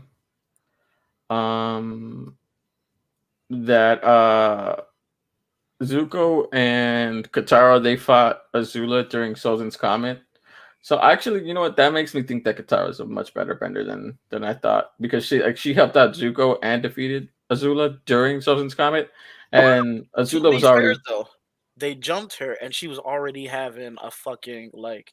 she was having like a mental breakdown. she was already having a mental breakdown. If this was still like them first pulling up on Azula, that they would have got washed with or without the comment. But she was already having a mental breakdown though because like her dad basically told her, "Hey, bitch, you suck. You let them attack us," and like, and then she was just like, "My dad hate me. My mom hate me. I kind of just want to die." And then she was just throwing fits. She wasn't like fighting as coordinated as she wanted to be.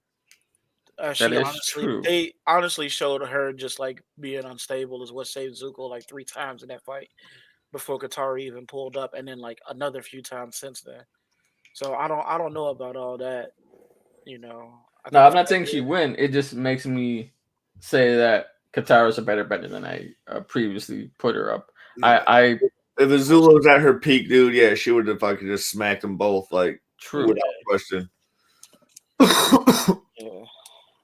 I'm not getting wrong. I think Zuko did get stronger in that period, but he wasn't ready to fuck with his little sister yet. Oh no, for sure. He was not. He was not. He was not ready for any of that smoke at that time being. And if she had woke up later that same day, even after her dad got bopped, and was just like, "Nah, nigga, I want war still."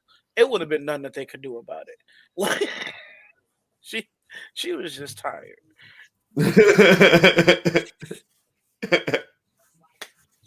It wouldn't have been a damn thing any of them could have did about it.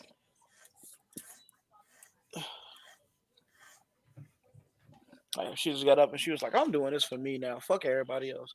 It would have been it. It would have been game. Who was your favorite villain in Korra? And Korra, I still stand by what I said. The Earthbending chick that was ready for Kavira. hands at all times. Yeah, Kavira. Yeah, between Kavira and Amon. For me, it's between Kuvira and Zahir. Zahir's the airbending guy, right? Yeah. Zahir was dope. Zahir was awesome. I think every villain was dope except for fucking season 2 when they're doing all the fucking spirit fucking. I think the reason why I don't think I like Zahir as much though is because I still don't understand his character.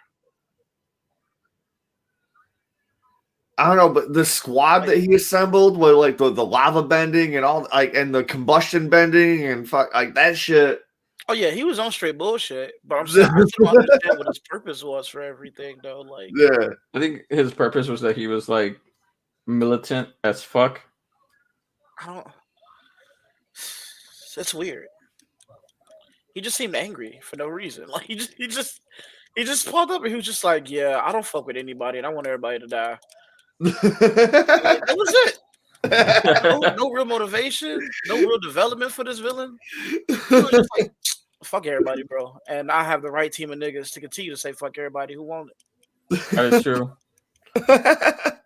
Also, Bolin learning how to lava bend. That was dope for him.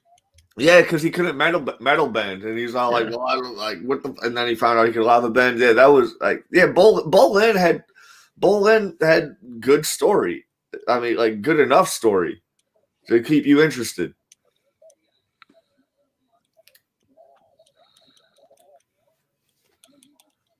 It was just a bunch of other shit that was going on. It was like I don't you give a said season 2. That was Vatu, right? Season 2 was Vatu, the spirit world stuff, right? Yeah. That was a weaker story arc. The only thing I liked about it was that Tenzin's daughter was like useful for that story. The whole like Bolin getting married and shit was funny, and like, oh yeah, he did get married. You know, like that shit was funny and it was good enough. Like I dug that, but was that girl, the princess from the Northern Tribe? Was that Aubrey Plaza that played her? That was voice acting her. That would be funny as hell if it was. Because it sounded like her. That would be funny as hell. Let me look that shit up.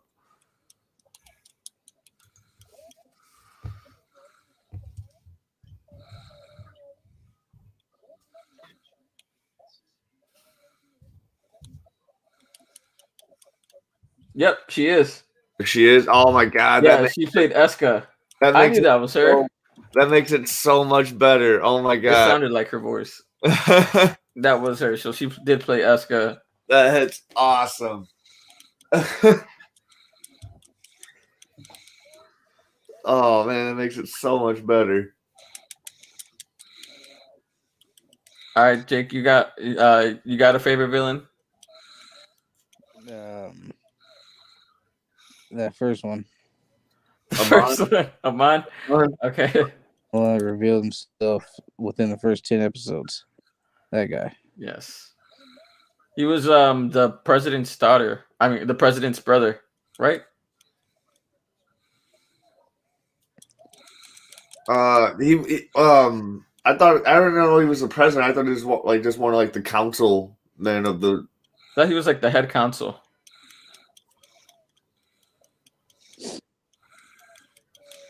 I think he was the head council for the Water Tribe. Was he? He was the head council for the Water Tribe, and because I think because Tenzin was head council for the Air Tribe, and so forth. And I think and then that's why he was trying to take interest in Korra. or like pretending to try to take an interest in Korra because he was on one too. Like they were both like he was on some other shit too. Like he was like right away. You're like, I don't like this guy. I don't trust him. True. Like they paint right away. Like who's a bad guy, who's a good guy. Like Yeah. fucking Like their bad guys don't try to hide. or yeah, they're just. I don't know. I'm getting you on. There you go. Sorry. I really loved Kuvira because she was just a badass chick that was willing to throw hands with anyone. Yeah. Kind of like Toph. Like in the beginning, she was like, "Let me at anybody." My Wi-Fi dropped for a minute. My bad. Word. Hey Brian, you still here? Yeah, I'm still here. Oh, okay. My bad. On a second. I'm also playing fighters at the same time, though. I do hear clicking. I was wondering what the clicking was because I'll be clicking too because I'm chatting with a friend of mine. I had a feeling that he was playing video games because he's doing the heavy breathing he does every time he plays video games. My bad. No, it's cool.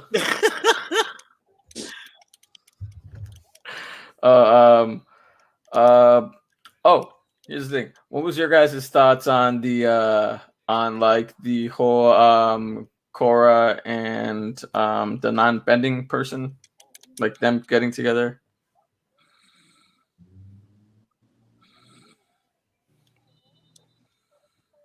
What? Let me look up her name. Asami? Asami, yes. Korra and Asami getting together at the end. What were your thoughts on it? Oh, and then they like fucking go to like the spirit world together and shit. Yeah. I liked it. I thought it was fine. It sounds But, like Nickelodeon being a little bitchy about it, but they were because they literally halted because they wanted to make them into a couple. yeah, so they was being a bitch about it. But I think did they continue in the comics or something like that and made it canon? Yeah, they did. They continued in the comics, made it canon, and the people. What did you? Okay. Oh wait, hold on. Yo, Brian, what did you think about it? Wait, hold on, my bad. The BGM got really, really loud, so I missed half of that. Y'all gonna have to give me like a good 2 seconds, real quick.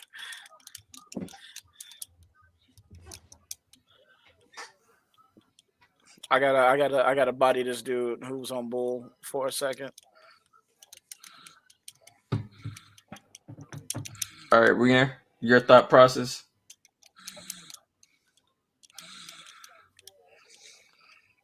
Timon, your thoughts on it?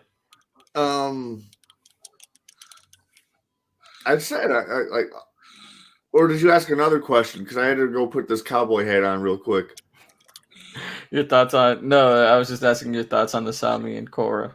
Oh, I said my thoughts on it, dude. I liked it. I didn't mind it at all. I thought it was, and then like when I was seeing shit online about like the ending of Korra was terrible, and I was like, what was wrong with it, dude? It was solid, dude.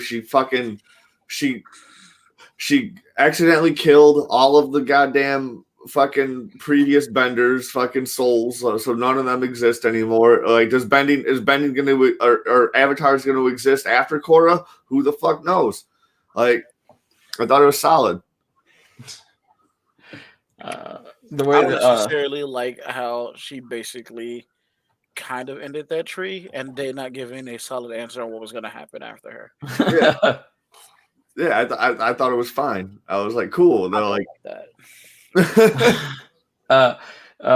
The way I took it is pretty much they ended the previous Avatar state, and now with Korra, she's the new first Avatar with the whole new one because she no longer is linked to the older Avatars.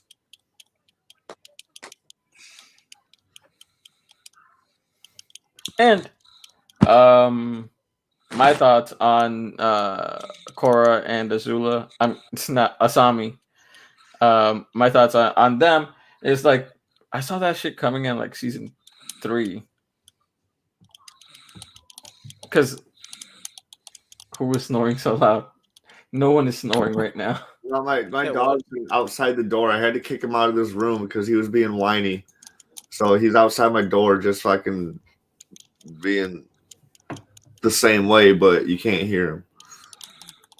Like the whole reason why it's like you saw that shit coming is because like they both were dating Mako at a certain point, and like both of them literally kissed Mako while the other one was dating, and they did not give a fuck about that shit.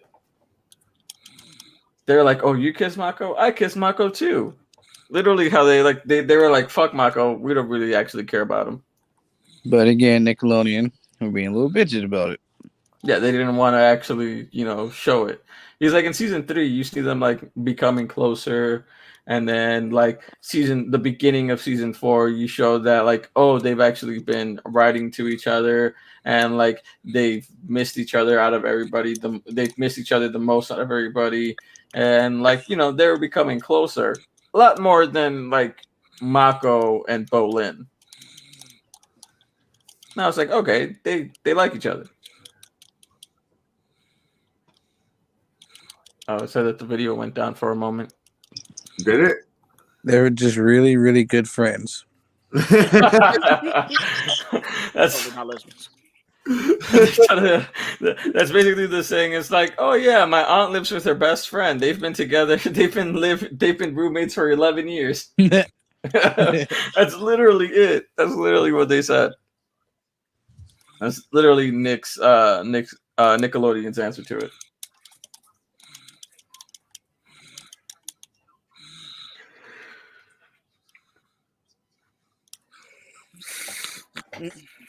All right, This so guy's doing some really cheesy, like low key kind of cheap stuff, and it's really annoying me. I'm gonna have to focus on beating his ass for a second. all right, no worries. All right, guys. So, what do you guys think of the Avatar? Sorry, not the Avatar. The new Airbenders. Or Talking like, about what is supposed to be coming out. no, like the new Airbenders getting created during Legend of Korra. Oh, people had a problem with that? No, I was just wondering like what your thoughts were on it. Because at one point it was a central part of the story.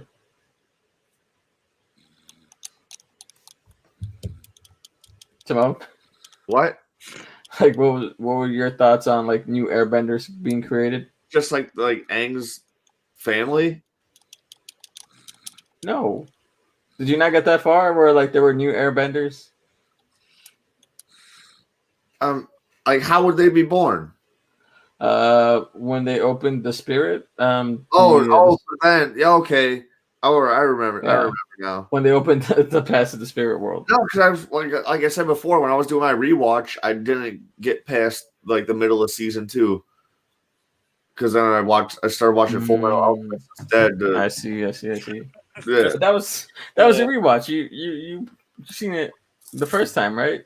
Yeah, I remember. Yeah, like when you bring it up now, I remember. I don't know. I think it's okay. It like you need new Airbenders, and then Tenzin needs something to fucking do anyways because he retired from the fucking council, and he's just like he could teach all the fucking him and his kids could teach all these fucking Airbenders how to, and they could reopen all the temples and yeah, like teach them how to be nomads. It's a good strategy move.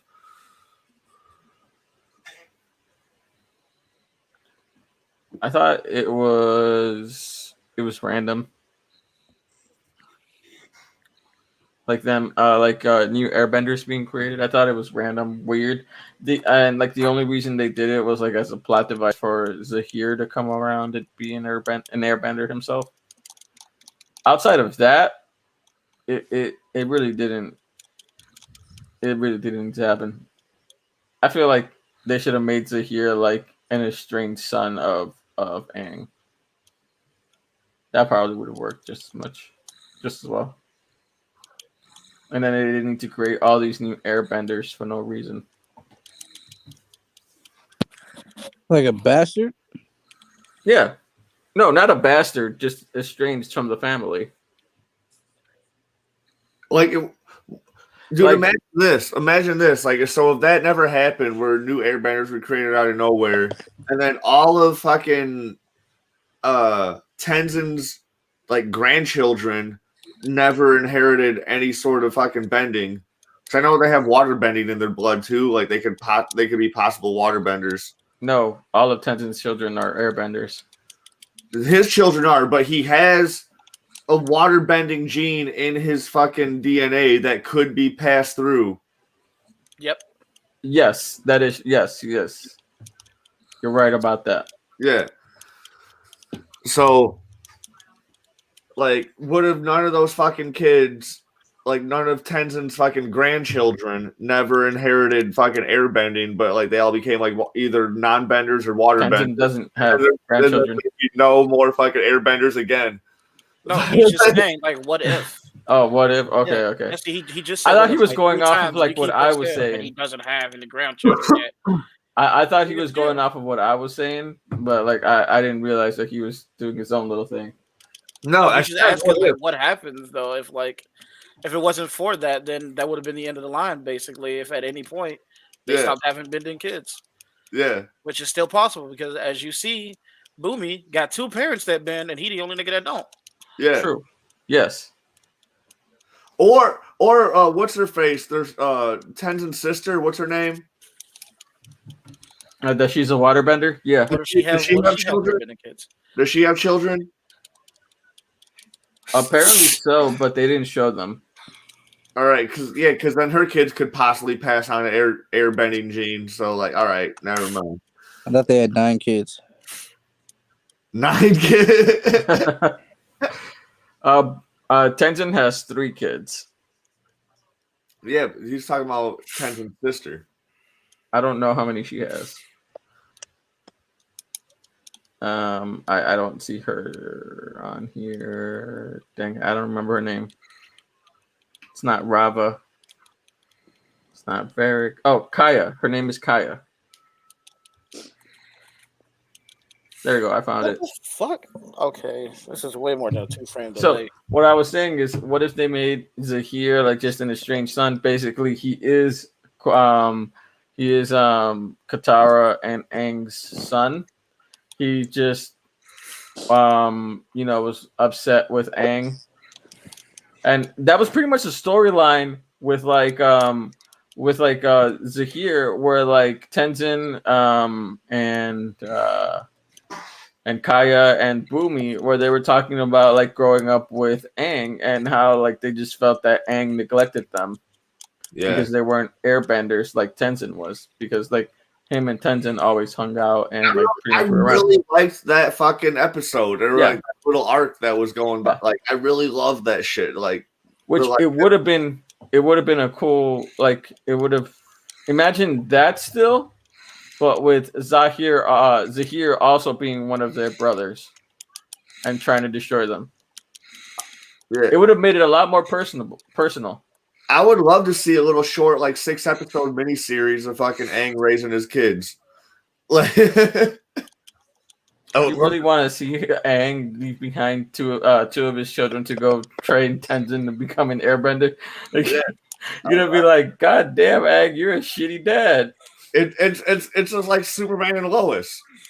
No, because they're gonna be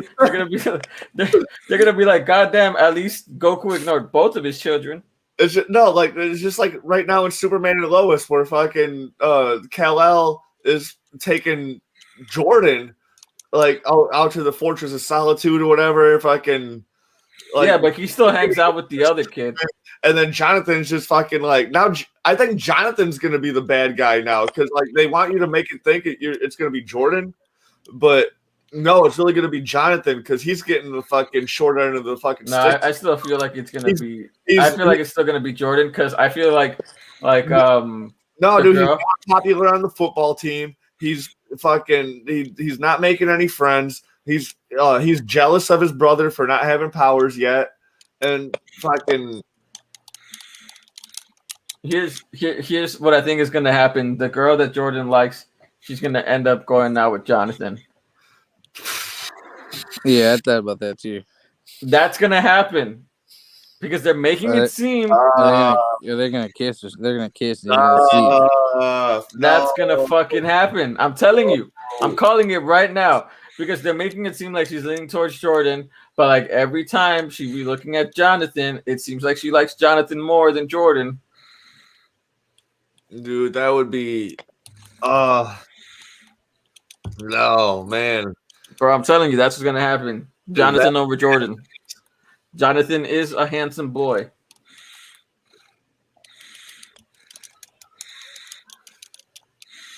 He's the handsome brother, so I feel like that's gonna happen. And then Jonathan is different comparably to anyone else in the story. He is like the Clark Kent without the superpowers. Yeah. Yeah, I was gonna say you need an airbag. You need an airbag, bro. He said, "Why do you sound like Darth Vader when you play video games? I can hear you." I'll be right back. It's just plus size men problems.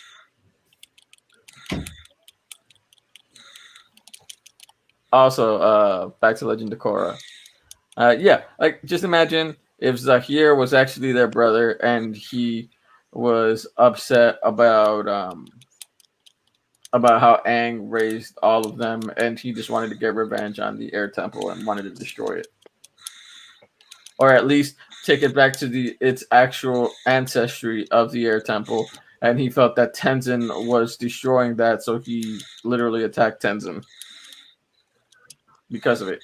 Would have made a lot more sense to me. I don't know. What do you people in chat think? Yamato specifically, since he's the only one. Tenzin sounds like a bitch. Tenzin just felt weird half the time. Brian, what do you think of Tenzin? Tenzin is a bitch. I agree with Dayla 100%. Yeah. Well, what do you think of like what I'm mapping out for like what if they would have done that for Zahir? Map.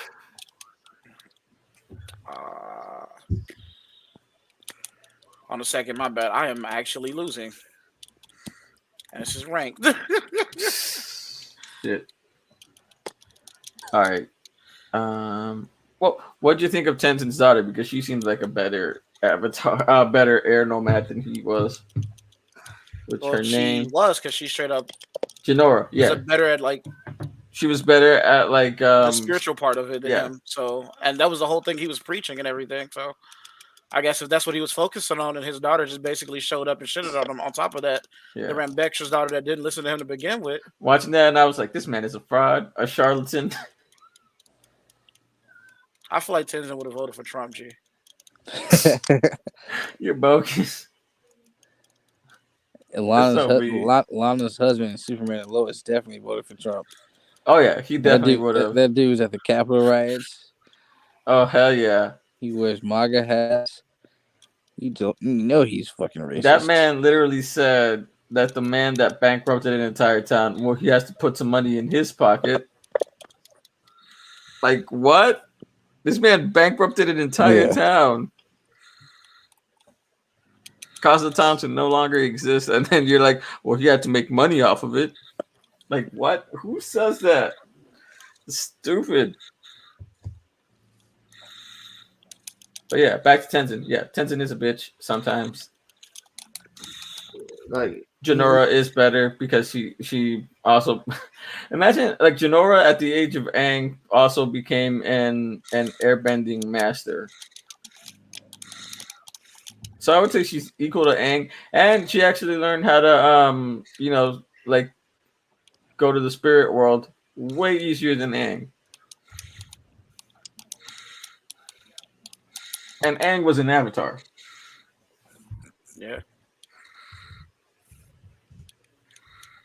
Dang, I wonder who would win in a fight, Jinora or Aang now.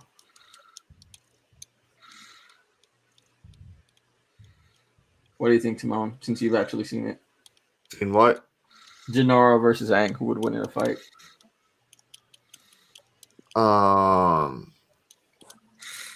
No avatar state. No avatar state. Well, Aang is still fucking pretty OP. You said who versus who? No avatar state. Jinora and Aang, no avatar state. Jinora is the daughter, right? Yeah, of Tenzin.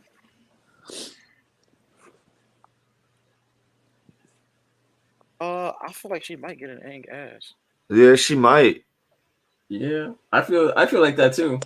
That's the one. She's the one who can. That's she can get in touch with like the spirit world and shit, right? Yeah. Yeah. Oh yeah. She's she could get on Aang. Yeah, because at a certain point, everything she was holding up with the people that were rolling up on Korra and them. So, Yeah. and I feel like any of the villains that rolled up on Korra and them would have murked Aang at the time that the show was running. So, she might get an Aang like ass like deep. I'm thinking that too. All right. Oh, I don't hear any more clicking. Are you done playing, Brian? No, No.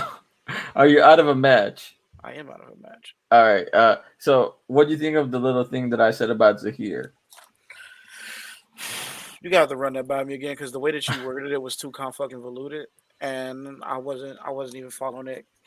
Because when you first said it, I wasn't even in the match yet, and I was just like, "What?" All right. Okay, so you got what I said. All I said was like, what if Zahir, instead of just like, what if they got rid of instead of like making all the other all the other airbenders, because they created a whole bunch of new ones because of the opening the spirit world. They got rid of that and just made Zahir their brother, and like he was just an estranged brother where he stopped fucking with Aang and he got upset with the way they raised him, and he just kind of wished war upon the air nomads that Tenzin was bringing up instead. I feel like that would make it even stupider than what he already was. Really, I thought it would have made it. It would have made it less stupider because like he had no reason. That would have meant that we had to. Okay, so now y'all would have had to somehow write up a way that Aang was just beating the shit out of this kid to make this nigga any type of reasonably. No, you could have just hated the way he neglected them, and then like even through neglect, nobody becomes the level of fucking terrorist as Zahir was. Maybe because Zahir wanted nothing but bodies. Yeah, maybe he was just militant. No, he was just militant. Yeah, he could have just been militant. Bodies. There was no in between. Y'all would have had to explain how that came out of both Katara and Aang and was raised in a way to where this nigga randomly was just like, it's always been about bodies. I've realized this. Y'all would have had to explain how Katara, Aang, his uncle, his adoptive fucking goddad, and all of them somehow failed him to the point of where he just woke up and was like, I'm about to kill everybody, bro. The way they could have done it is he could have just he could have been like not fucking with Aang, gone on his own like spiritual journey, and then like he just became militant at that point. Yeah, that'd be dumb. I'm sorry. I don't think there's I don't think that would be dumb compared to what they did, because Zahir had no reason. I think that'd be dumber than what they did. Because they could have just given him backstory. They could have given him backstory, but that's not the backstory that you would want to give him. He's better off with no backstory if you would give him a backstory. That fucking dumb. I felt like that would be better. I feel like that would be better. In order to make that backstory sustainable, you got to ruin several other characters in the process. I don't think you have to ruin other characters. You do. Nah. It's now you have to somehow, okay, he was raised being spiritual somewhere else and became really militant and everything and brainwashed with that. You have to now make it that Aang, Katara, and Sokka, and Zuko, and Toph were also neglectful of him while he was gone. They wouldn't even have to be brainwashed. They wouldn't even have to be neglectful. It could have just been him just not talk to them at all. They have to. That still requires some type of level of neglect. Well, what if they couldn't get in contact? The only person that could get in contact with them was Toph, and then she went on her own journey and just became a swamp person. You need a major level event somewhere in between the time of Great Peace, where Aang was alive. You need something. You need a major event, a whole nother war kicking off, and that nigga learning that in that process or something, and him being well older than Tenzin or some shit. They could have easily written that, or you gotta bury all these other characters in the fucking ground. They could have easily done that. No, they'd have to do. They have to make a whole nother Great War and everything or some shit like that. The Earth Queen was a big asshole, and she was very tyrannical. Yeah, if you're gonna make him related to the main fucking characters, then you got to go that route, because that would be such a dumb fucking route to go. No, that wouldn't make it better. That would have made it worse. I feel like it would have made it better, because then they would give him a personal reason to want to finish the Air Nomads. He could have just easily thought that like the way Tenzin was doing it was horrible, Not everything but he was fits just going Black to take it Panther out. situation, Tony. Huh? Not everything fits Black Panther situation. All right. It's This not. No, in oh order shit, for you're that all to right. work That out, is a Black Panther situation. Shit. yeah, and the only reason why that worked out is because them niggas were actually neglectful and didn't give a fuck about their people, and it was all about the royal rights than it Yeah. was You are about right. everything else like that. Versus you're talking about niggas who built their entire show around fighting for family and loved ones and building your own family as well as taking care of the family that you got, somehow neglecting their child long enough and Well, losing like contact he didn't with even them. have to be a No, no, child. He could have just been no, a. no, no, no, no, no. Somehow neglecting and losing contact with their child long enough for this nigga to have a complete terroristic mind thought of I need to kill everybody on the planet to make shit safe. Well, here's the thing. In this world, they don't have phones. You said no. So you telling me that they left their kid somewhere they couldn't contact this nigga for He like wouldn't even have to 50 be a kid. He years? could have just been like in his early 20s. For like 50 some years. He They could have left just been this in his nigga. early 20s. He No, became bro. radicalized, and like they had no way of contacting him during his 20s. He became radicalized, and then they had to lock him up. So they had to raise this nigga with no values that they had, that they literally fought an entire world war. Maybe he didn't for. fuck with the values. Maybe he was like, I don't want to. Then that would be dumb. I would be dumb. And in doing so, you'd have to ruin those characters. So you telling me that we now have to somehow take the fact They wouldn't that have to ruin. They wouldn't have to ruin them. that would definitely ruin Aang character, because from that point, whether or not Aang intentionally did it or not, Aang raised a child that he didn't instill in values, that he literally fought an entire world war to protect. Maybe he didn't want Aang's values. You could have just been like real disrespectful and been like, I don't fuck with this. But what would have been the kicker that made him think that? Maybe he still wanted to be an air It would need to nomad. be a little bit more than some nigga handing a pamphlet and going like join terrorist group today. It had to be something more than that. He needs to have a traumatic experience. Otherwise, it's just as stupid as him having no backstory. You tell me this nigga was raised by a perfectly good family, functional and everything. They were completely wholesome all the way through. This nigga go to college, he get handed a pamphlet for ISIS, and he's just like, yeah, genocide. No, nigga, that's not. That can would be happen. dumb. That can That would be happen. There are dumb. people who have like been grown up in stable lives, had stable lives all their lives, and then just end up going to murder people. And those people have dumb stories. There's niggas who die on the toilet, bro. That don't mean it's a good thing to make a show about. Hey, they've made plenty of shows about Elvis, and that man died on the toilet. There's people who flush the wrong thing down their toilet to make their septic tank react in a fucked up way, and it causes a giant explosion, kills everybody in the house. We don't need a movie about that nigga though. And Hey, what we you gotta- said is a dumb idea. It wouldn't make it a good story. It wouldn't be compelling. I think it'd just piss everybody off. And in turn, again, shit on Aang. And it'd make it even I worse. feel like they could You gotta make it count to a Movie. point where they Movie wouldn't already felt they like wouldn't shit on Aang. Child. You wouldn't. It's impossible to make somebody, a child of somebody, a fucking terrorist for no reason without shitting on that character to some degree. I don't know. They've done it a lot of times in anime where like Name one time an anime it truly worked out. I can't remember right off the top of my head. Name one where the parent is completely fine and everything, and the child just was randomly like, "Yeah, nah, fuck everybody, bro."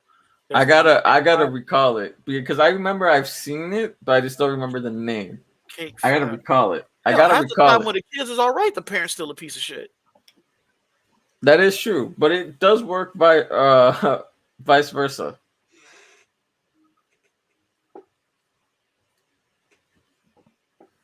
Yamato's confused, but that's because Yamato can't keep It's up. always been like something like the parent. It needs to be something where something traumatic happens. So like the only way that this can work out is if, say, somehow Aang got so wrapped up in his duties and everything, right? Say the kid's the oldest, but all the other kids are kind of younger, right? So you'd have to make Zahir older than Tenzin. Yes. Like the oldest child in some way, shape, or form. Yes. The oldest. So now you got to increase his age. The only thing that would make sense that wouldn't ruin Aang's character completely is if, say, one, It's not as peaceful as people thought the Great Peace was, which would honestly fit Katara's situation and everything for. I mean, not Katara, Korra's situation for her series. Not everything was fixed after Aang was there, but most shit was. Okay, so that has to be part one right there. So it got to be like some weird anti-Avatar faction, maybe some nomads still left over from the Fire Lord's Empire or some shit like that. Still mad about that and they want to be terrorists. So you got to set that ground down. And I feel like that would be way better. Well, okay, that would fix things, but you'd also need to have it to where somehow Aang is now so busy, and there might have been a bigger threat than Zahir, because Katara, as we just explained, was a bad bitch, and you got to murder her, and have Aang still left out in the distance. And you gotta have that kid watch it. That's gonna be the only way that this kid goes, fuck everything Aang ever said in his life. I'm gonna go be evil or be a terrorist and everything. That's the only way to bring true peace. They could have just made it like You will have him raised by Aang. like Yu Yu Hakusho, tragic situation where he just saw some horrible shit. It doesn't have to be his mom's death. He could have just seen like other benders doing horrible shit, and that radicalized him. chose genocide just because they saw some goofy shit. What was Zahir's aim again? What was his end goal? I forgot already. I could have sworn Zahir's end goal was genocide, but I might be wrong. It wasn't genocide, but I forgot what it was. It was some big goofy shit. He wanted a lot of bodies. Was his name Yusui? Martial arts. He's an anarchist who strongly believes in the foundation of the new world without the Order of the White Lotus. Yeah, that's what it was. Or the Avatar. After the harmonic convergence, he also became an airbender, having let go of his final earthly tether. He unlocked the ability of flight, becoming the second person to ever have done so. While in pursuit of his goals, Zahir through capture. Oh, Sensui. His name is Shinobu Sensui. This nigga wanted to kill every government official and restart the world under his foot. Yes. That is what he wanted. Yes, that was it. He wanted to end all four of the nations, send them all into a great catastrophe, killing most of the planet. Okay, so the person that I was talking about in Yu Yu Hakusho was Sensui. The White Lotus, because he didn't like them. Yes. He didn't like that they were in charge. He has no special reason as to why he disliked that they're in charge either. He just says, I don't like them niggas. They in charge and I ain't. So you gotta have to find some way to justify this nigga going full on genocide. That is true. He wants. That is true. It could have been the White It could have been the White Lotus was doing some fuck shit. That's why he was a good villain, dude. He was just terrifying just to be terrifying. He just woke up one day and he was like, all you niggas would be better off if y'all was dead. And then he was like, what? And that's his whole, like, even his wiki is basically saying that he just like, yeah, he woke up one day and he was just like, fuck it. Okay, but let me go back to Yu Yu Hakusho. You remember Shinsui or shit? You already forgot the man's name. You just looked the shit up. You already forgot the man's name. Sensui, the dude who used to be Spirit Detective. Yes, the previous Sensui. You what happened to him, didn't you? Yeah, like he saw some horrible shit happening, and then he wanted full genocide. No. Since we didn't just randomly see one little piece of horrible shit happening, since we was a Spirit Detective for a long time before they brought Yusuke in. Yes. Yeah. He saw a lot of shit happening. Yeah, but the thing that turned him... No. You missed a lot. He also went through a lot of trauma himself besides when he died and the shit that he saw happening over the span of so many years. You forget this nigga literally had 7 personalities. No, he had 67 personalities, but it was 7 ones that we get to see. But the thing that turned him, like the first thing that turned him is that the nigga was crazy to begin with, bro, and he got crazier over time. It took torture. It took torture. Hey, respectfully, it took. He was bullied and neglected. Pretty much wants to make everyone pay. It did take like centuries for him to get that crazy too. So like that's bad. It took a long minute. It took a hot long time. But the thing that like made sense we flip on people was him going into that mansion and seeing that the people were killing and raping demons. That was the start of the downside. Yeah, that was Exactly. That was the start of the downside. And since we go to it, straight up genocide. Now, what he was gonna do was gonna cause maybe some genocide. No, but he knew it was going to cause genocide. He said it was going to cause genocide. what he said, he was like, it might. No, But he we said can't it touch him will. on that. No, he said it might. No, he said it will. Because his goal. No, what was he trying to do then, Tony? He's trying to open the demon world. And what was that gonna do? It's going to cause genocide. Just opening up the demon world was gonna be like, oh, everybody dead now. No, all it was gonna do was let the demons come over and Yeah. everything. And he was like saying that we have no real reason to separate them because the demons ain't worse than humans because the humans are terrible. I might as well open up the demon gate. What might have caused genocide was if the S level demons randomly popped out that bitch and it was just like, hey, all of you niggas dead. That could have caused genocide. But you know what was going on in the demon world too at the same time? And that was the whole. Turns out they could have got through the gate a long ass time ago. Yeah. But angry nigga on an empty stomach been beating their ass and stopping them. And then he died literally like a year later. So he would have caused it. One angry nigga who ain't eaten nothing in 2,000 years been dragging him and stopping him.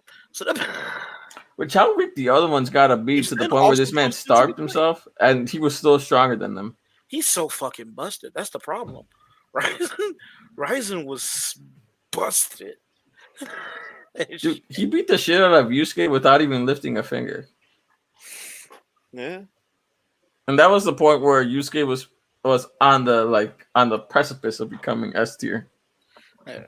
But hey, hold on 1 second. I'm gonna grab my wife something. All right.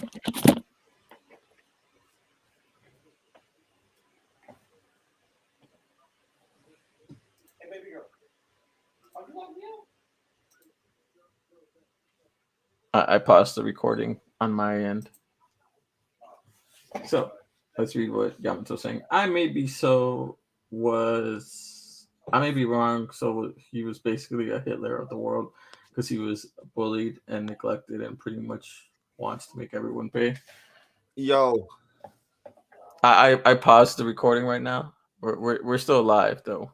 yeah, I hear they're making a fucking Avatar prequel series that's supposed to follow that the Earthbender.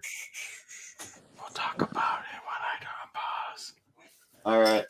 I'm just reading comments right now. But yeah, that's what I would want him to become, like a Hitler of the world, but like not necessarily neglected. Bro, Let's press play. It wouldn't have worked. Hold on. I don't think All right. I don't think nothing about going that route would have worked out. I guess you're right. It wouldn't have. I think I don't know. I feel like it could work. It could work. There's a lot of ways they could have brought Zahir into the story and make him the way he is without having to tie him to that. That's what I'm saying. Yeah. You're right. Got a time to end. You could just give him a great story because Kavira ain't got shit to do with none of them, and That is true. They gave her. She was great. Kavira was great. Yeah. It was just they didn't truly explain why he randomly decided that everybody would be better off dead. And they didn't give no real explanation as to why he just woke up one day and was just like bodies, nigga. And his reason for hating the White Lotus also. Yeah. Well, Like he did he hate had the no White real- Lotus because he felt the way they were raising the Avatar was not the best. So that you was kill a reason he everybody gave. for it. I don't get it, but that's what he said. Like it don't make sense. It didn't. Like there was nothing justifying this nigga going. He felt like he should be the one raising the Avatar. Like I feel like a good villain is one that you can understand to some degree. Because I don't understand people Zahir. that are actual villains in the world, even terrorists, you understand their logic. You might not agree with them, but you understand most terrorist logic. Yeah. So when you just introduce a nigga with no logic, you just like, why though, bro? What if he was upset with and this is just adding, like, still making it dumb. What if they made it that Aang felt like that Tenzin should be the one to lead the air nomads and not him, and then he excommunicated himself from the air nomads, and then started a war from there and shit like that. Started a war from there, yeah, and that's why he was that would have in proved prison. as to why he can't be an air nomad. That wouldn't see because that's dumb. How do these people just No, it's not that he couldn't be an air nomad. It's just that he wouldn't be the head of the air nomads. No, I'm saying Tenzin was. that would disprove why he would even be the head of the air nomads because the whole point of that is to bring unity and everything else like that. I think what it should have been is, and basically what it is, because this whole thing is too, is that he's just from a different tribe of nomads. Fire Nation didn't get them all, and Yes. not all of the fire, like not all the air nomads were in one piece. Some of them niggas was raised on straight war, and that nigga should have just came out as one of them. And he was like, "I was raised for bodies. And that's what I do." They couldn't kill all of us. It's that True. simple. I mean, Gyatso, like he just pretty much killed like four Fire Nation soldiers before he died. Yeah, because you mean tell me like out of the four major elements and four great nations and everything else like that, they all have like hundreds and dozens of tribes and everything, all with their own benders and bloodlines and shit like that. You telling me the air nomads only had one tribe of niggas? No, they obviously had four. They destroyed all four. Yeah, They went to all four They went to all four. all the air nomads were white. No. They went to all four temples, but that was Yes. one tribe. They were called nomads because they moved back and forth between those four temples. But Yeah. that was still Aang's one tribe. That's why Aang closely like related to everything when they went to each of those temples on that travel. Those were his four homes. So it was the same family, but they had four vacation homes. You're right. That's why Aang was like, "Oh, I remember, like, here's my old room at this temple and shit like that," because he had a crib in each spot. Like that was his home in each spot and everything. So it's the one tribe though. So what the fuck? That don't make sense. All right, you're right. You're right. About that in general, so they should have had like multiple tribes. I mean, but what I'm saying is basically like he wanted to be like, what if he wanted to be the head of the air nomads and then he resented Tenzin and then he tried to do a coup? That'd be dumb because all of them supposed to be dead anyway. All of who is them? Air nomads. I mean, but like Tenzin is pretty much bringing them back. And are you saying like as Aang's son or just like a random air nomad that was just back? As Aang's son. Nope. You still got to find some way to have Aang raise him in such a fucked up manner to where this nigga not getting what him want made him choose genocide. I mean, not necessarily. It could yes. He could have just felt slighted. I mean, people have done a lot of fucked up shit just for feeling slighted. So you telling me Aang felt as a father and raised the bitch?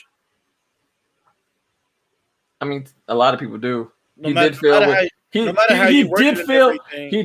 with Kaya and Boomy. No, they are the ones who got emotional over being slighted and everything. They were just they got slighted because Aang spent less time with them and more with Tenzin. Kaya or Boomy decide that they were going to kill everybody for it? No. Did either one of them choose violence as an option towards any outside force for it? Yeah, but not everyone reacts the same way. Did they just not fuck with their own family like that because of it? They just didn't fuck with them like that because of it. Growing up, then, bro. Every family. Yeah, but not everyone grows up. That doesn't even mean that you felt as a parent. It just means that it just happens. That's what I'm saying. I'm not saying that Aang has to have made it happen. That's what I was saying earlier. Stop. I'm saying that for you to have a nigga to choose violence in that manner, there has to be a catalyst and a trigger there. And it's not just simply not getting what you want at one time. I mean, there's people that do a lot of fuck shit. You don't just say, I'm going to kill everybody in every fucking nation because you didn't get the fucking golden ticket from dad once. No, it takes more than that. It has to be something longly instilled. It can't be just that one moment. So you have to say, for it to be in that way, you got to say Aang fucked up as a parent. So but like what I'm saying is that he didn't just leave slight emotional scars for his kids. He made his kid want to kill everybody. No, I'm not saying that. I'm saying like he could have just been not chosen, and he felt slighted because he was not put as the head of the air nomads, and so he left. And then a whole bunch of shit happened, and he was upset, and he was like, "Don't reach me, don't contact me anymore." And then at one point, he tried to come back after Aang died and try to take over the air nomads. He was imprisoned, and that's when he got imprisoned. And then after they opened up the spirit world, he was able to get out. And then all him and his people were able to get out and pretty much gone back, try to take over the air nomad, and not just the air nomads, but over the entire world because they felt he would feel that the entire world was not working as properly as it should. Nah, that still means that Aang had to fuck up at some point in time. Well, Aang died early. Aang died very young. Aang died I at want to make 40. sure this, so what we're thinking of right now is just a better backstory, but all the events that happened in Legend of Korra still happen, right? For the Like all most the part. actions of what he took, everything that he did, everything that him and his crew tried to do, and everything, all that shit still happened. We're just thinking of what would be a better backstory to explain him doing that shit, right? Yes. Okay, no, still, I'm sorry, I cannot, I can't justify. To an extent, yes. I cannot. I can't find a justifiable reason that allows him to be Aang's kid and not ruin Aang's character and him still be as terrible of a villain as what he was. Because that nigga was ruthless, bro. I'm sorry. He Not getting was what you want ruthless. and going to jail for a little bit. Because he wasn't even in there very long. Yeah. He wasn't in there very long. He wasn't like in super high captivity. Nah. He was in high captivity because he was literally like put in a hole with no ability to move until he became an airbender. Hold on a second. So here, Avatar, time in jail.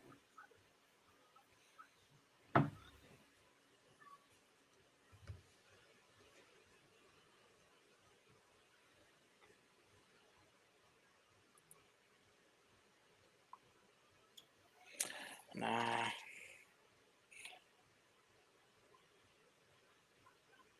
Nah, I can't. I don't think he needs to be related to Aang, Tony, bro. All right, that's fine.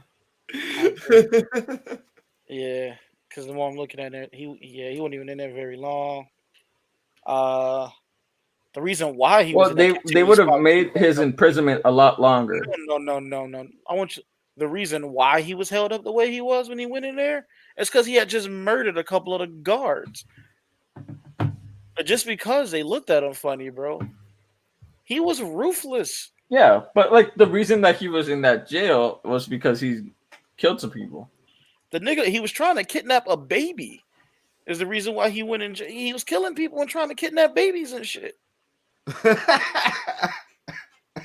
Bro, you gotta explain that. See, look. It says Yamato literally said that right there. It says, okay, look. Zahir joined the Red Lotus as a teenager and learned about Rava, Vatu, and Avatar One's decision to separate them, which he believed disrupted the world's balance. During his youth, he met a young firebender named Pili, what the fuck his name was, whom he saved from the clutches of the warlord intending to make her his personal assassin. So he's already fucking with killers at this point. Zahir convinced Pali to join the ranks of the Red Lotus and the two eventually formed a romantic relationship. At 158 AG, Unalak, a fellow Red Lotus member, devised a plan to kidnap Korra, in which Zahir strongly supported, as they intended to use her to reopen the spirit portals and free Vatu, while at the same time training her and bending and the ways of the Red Lotus. Although Unilag ultimately did not go through with the attempted abduction and remained undiscovered, Zahir still tried to kidnap the fucking baby. Yes, that is true. No, they were defeated and imprisoned by Tenzin for trying to kidnap a fucking baby. Yes, they were trying. By the way, in case y'all forgot too, opening up the spirit gates was originally supposed to kill Korra. And everyone knew this. They had intentions of sacrificing a fucking baby after raising her to open up the portal. Yes, that is true. Now, I Explain how Egg hatched an egg that would do that. Well, here's the thing. This is what I was saying. Maybe after he left, that he was upset about not becoming the head of the air nomads, the head of the air nomads. He could have found the Red Lotus, and then he fell in love with that one girl, and that made him become militant and all that shit. Militant enough to kidnap and sacrifice a baby. Yes, maybe because maybe to like get one over his own father, because he felt like his father slighted him about not becoming. I don't know a lot of militant niggas that go like, "Hey, let's sacrifice a baby, bro." Like that is true, but he was one person that In was fact, very most militant. militant people have rules of engagement. They also wouldn't be these same niggas shooting people out on the street. Those are authoritarian radicals. I think you're thinking about. Okay, yeah, he was a radical. I should have said radical instead of militant. Maybe he was just a radical from birth. There are people that are radicals from birth. Can't You justify it. If they did that, it would make this show even dumber, bro. It would not have made it any more interesting. I feel like it wouldn't be even dumber. It would have been heavy fist, like hand fist dumb. I don't know, man. I feel like they could have done it well. It would have been big heavy dumb.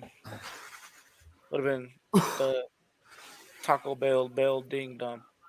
If that makes sense. It don't make sense. You know why? Because it's that fucking dumb. All right. Korra and Asami, what do you think? You already said this. I'm talking to Brian. Brian didn't answer that before. Oh shit! I gotta add Jake back in. I didn't know he got booted. Sorry. Yeah, my bad. All right, my bad. I don't give a fuck about it. They just kind of randomly did it. I didn't feel like it was random. I did. I saw it like from season 3. Everybody kind of saw them being lesbianic, but like it just felt forced. I felt it. To me, it felt like it just was. It wasn't. It felt only forced was because when I read the entire thing, where the writers were like, "Yeah, Nick, you wanted to write more about it, but Nick didn't let us," so it felt forced that way. That could be fair. If they did it more like naturally instead of just randomly one season, they're just like, "Hey, we're tonguing each other low key," then I guess it would have been better. But I'm all for it though. Yeah, I was for it. Like I was like, it made sense. I saw that coming in season 3. Huh? They could have wrote that romance better, but I'm all for They could it. have. They could have, because they really didn't give a fuck about the boy that they both dated. They're like 2/3 of fucking Korra was just relationship drama, and like why? Like this shit's unnecessary. Timon, you should be able to relate to this with your relationship drama. Dude, like yeah, but like I don't want to watch it on fucking cartoons. I want to fucking see fucking avatars doing avatar shit. You He know, just wants to watch porn and he just wants to animate titties. That's what it is. no, I want to see avatars doing avatar shit, dude. I don't want to fucking like. Do I like this guy or do I like this guy? I don't know. That's how exactly how I feel about the CW superhero shows. It's like, why is it so much of this? Why? Yeah. That's how I feel about the CW shows too. And then they start off with a strong woman, female character, and then they always find a way Or to ruin black their- dude. Yeah, and they always find a way to ruin them at the last fucking moment. Like just as soon as you go like, I love this character because they don't do the typical CW female shit. She turns around and does a typical female CW shit of crying, going like, don't go out there and fight, even though we're all gonna die anyway. You could die quicker than us if you go out there and fight. Like how they did Laurel Lance. Laura, no. I think the biggest offense and the furthest fall from grace than Laura is Felicity. No one got done dirtier in the writing team than Felicity did. No, Laurel got done worse because she was killed. The way she was killed off. At least they got her over with. Laura was killed. The fan base did not hate her for eternity for it. You're right. They did. They do hate Felicity. Felicity. They blame Felicity specifically for all of the CW shows sucking and doing that. It is. I mean, I do that cap too, though. Yeah. See, I mean, Felicity wasn't even the first character to do it too. He had 2 or 3 female characters. Laurel did it before him. That is true. That's why I said they fucked up Laurel. Before her. And then when they finally did it with Felicity, everybody was like, "Yes, Felicity's fault that they keep doing this." She was like the 4th of them. They didn't do that to Felicity until after the Flash series was stronger going, and Flash did it to their female character. The thing that I do say about Laurel is they literally like had her go down in order to bring her back up, which they did in the later season, and then they killed her, which is what pissed me off. Yeah. You know what's crazy about killing characters, dude? Kishimoto fucking came back to starting to write Boruto after his successor that he hired to do Boruto. Kishimoto's first act of business was to fucking kill off Kurama. I heard about that. That's He was funny. just like, it's time. This nigga got You know what else? You know what else is y'all fucked can't up? lean on him no more. Out here. My You know thought what's- process is that Naruto still has a lot more chakra than everyone else. He does, but like He didn't kill off Kurama. Naruto just fully absorbed him. no, Kurama is dead. No, like Kurama's personality is gone, but Naruto's not fully absorbed him. Technically, Naruto is now officially the Nine-Tailed Beast. He still as OP as what he was when he had Kurama. No, He's- did you read the manga? Yeah. Okay. Kurama was like, yeah, if we do this and everything, it's basically our time together being Gohan. But he explained what exactly it was. So like that Naruto form and everything. And then they just did it again. They just went over it basically again recently. Like a more recent chapter. He's just completely fused with Kurama. So Naruto looked normal, but don't square up with him. Well, yeah, because he's still gonna be OP because he still has mastered sage form. He still has he still can. He still has nine-tailed chakra. All right. Yeah, And he it's still in he still has that Uzumaki. Jinchuriki chakra. It's not Kurama anymore. It's all him. 'Cause He's now, also like, in Uzumaki, which all of them are born with crazy, weird, strong chakra. yeah. The But y'all only forget buddy, the only person in Naruto that had equal amount of chakra to Naruto was that shark dude. What Kisame? Kisame, yeah. That was the only dude that could fucking Beast match Tail. Naruto and fucking chakra level. Nah, there's like a few other niggas that could have. So besides Kisame, B without his Jinchuriki actually can too. Same for A. As a matter of fact, that's the whole reason why B was chosen is because B showed that he can flex on niggas to that degree. There's a lot of like shinobi out there like in a prime where they could be regarded like You're as right. You're right. like Zabuza. Dog, read on what Zabuza was like. Yeah, Zaba. If Zabuza didn't have terminal cancer, super AIDS, lymphoma, whatever the fuck he had, Zabuza, you are right. Like would have ran through Kakashi in that second fight as well. It would have Yeah. been just as dirty as the Yeah. first. like for that being their first mission, like that's what made fucking Naruto like Think about this. Think about this. dude, this show's going heavy like right away. Here's Like- a perfect example for you, actually. You know how you just hyped up Kisame? Yeah. Kisame said he's relieved that he don't got to pull up on Zabuza. Yeah.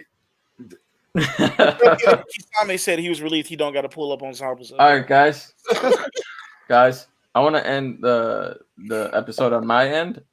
All right. We can keep talking afterwards. Overall, what would you guys rate Legend of Korra? 13 15 Out of 15 100? They out were of 10. smoking, bro. I am, yeah. God damn it. He's Yeah. rating it. Yes, but so am I. God damn. I wouldn't give it a Rock 15 from the out of, actual moon, bro. That's what he on. are you giving it a 15 out of 100? He said out of I 10. actually said 13 out of 13 10. out of 10. He said 13 out of 10, bro. 13 out of As in it was That's a lot. 13 times out of 10. If they should have stopped and redid what they was doing. The 10 episodes I saw of Korra was a 13 out of 10. What 10 episodes did you see? Like The first 10. Yeah, the first 10. That's Didn't funny. she That's like pretty- pull up on a whole bunch of Like, I like get- non-benders for no reason too? No, now get okay. So this is I think I I'm gonna got rate Legend of yeah. Korra a solid 7 or 8. Now this is the reason why I say that though. The animation is A1, bro. It is. Period. When the fights jump off, the fights are dope and everything, but it's so boring in between each of those fights. You better off just pulling up a YouTube highlight clip AMV or some shit and just going over the fights like that and calling it a day. Because oh my god, the characters are so boring leading up to the fights. But when they pop off, it's worth it. It's it's some of the best animation I've seen in fight for choreography and like anything, especially Western wise. All right. So somewhat similar reasons for you, but I would grade it a 6 to a 7 because I think it's just an average show with really good animation. I'm with you right there, Tony. 6.7. Mhm. All right, it's like 6.5. it's like a slightly better version of God of High School, Like a week 7 at best. at least in terms of story, because they had at No, least more to a no, story than God of no. High School. Now, Yes, hold on now. I'm talking about the anime only. I'm talking about the anime only. We are not gonna go that low. I know you're saying anime only. I would hope you mean anime only because I'd have to smack the shot of you if you meant web. Because anime only that's cut a whole off different. so much of the story. Yeah, I'm not gonna say it's that low and everything though. Okay, so the only character that don't make sense to me is Sahir, and I guess contextually going and everything too. The story is actually really well put together for Legend of Korra, and it's extensive. But you don't want to sit around to learn the whole story because they are so fucking boring. So like I don't know. I feel like I'd have a better time reading The Legend of Korra as like a novel than I would watching the show. Which you can. Because their pacing is terrible. So if you can read it, I'd always go with reading it. I guess. I guess you're right, because God of High School is a lot shorter, so you could get through it a lot better. Yeah, but with God of High School though, God of High School completely butchered any story that they had written up. I don't. Yeah. I would never compare Legend of Korra to that. That's dirty now. We got to be fair. All right, it's definitely way more boring than the first show, but it ain't nowhere near as bad as God of High School. What's going on, Justin? What's your question? Well, Justin also said he got a question. You want to hear our opinions on it? yep. All right, before we go, let's hear your question. Well, we're still gonna be live. Is a hot dog a sandwich? Yes. Was a Sumo Sarutobi's moment of death one of the saddest parts of Naruto? No.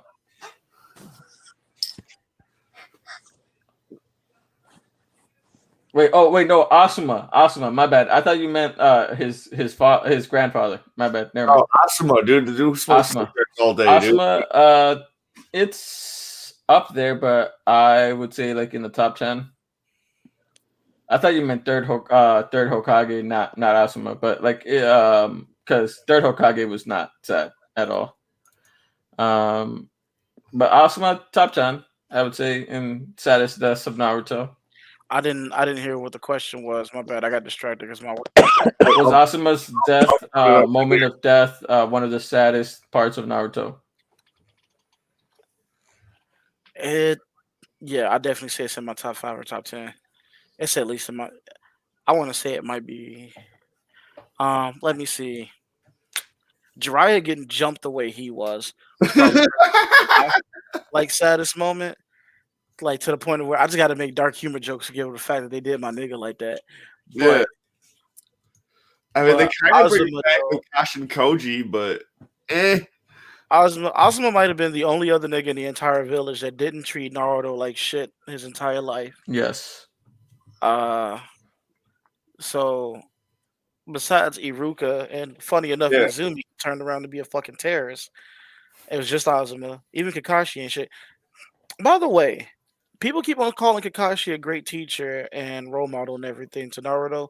he really Kakashi ain't do shit for Naruto the entire series, bro. he didn't. That issue. We've discussed this before. I want to point that out too. For any of you Kakashi fans, fuck that nigga, bro. I don't care. I really don't understand all this fucking hype for Kakashi ever, dude. Like, First off, the nigga ain't win one fight the whole show. It's literally He does only won against Obito after Obito done got jumped by everybody 30 times.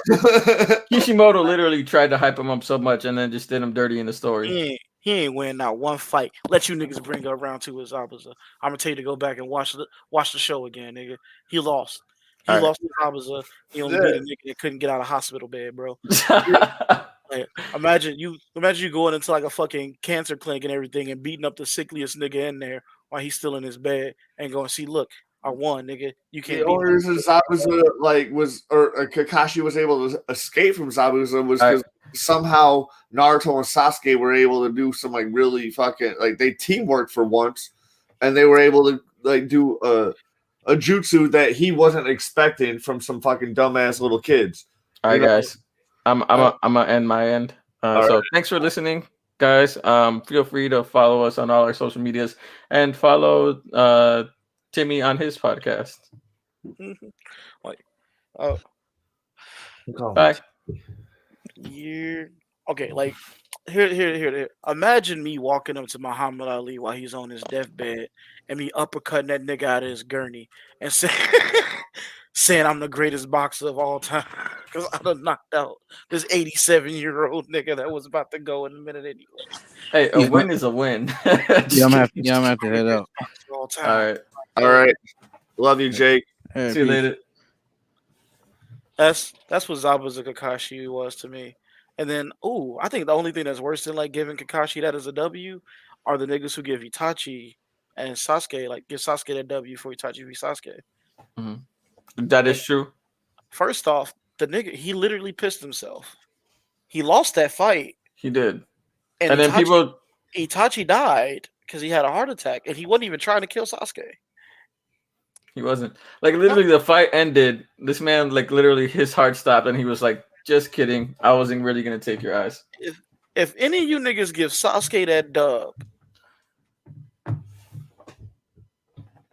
I don't even got insults for you, bro. I just feel sorry that you that delusional. Like, What you're talking about the final Sasuke versus Naruto? Sasuke versus versus Itachi. Itachi.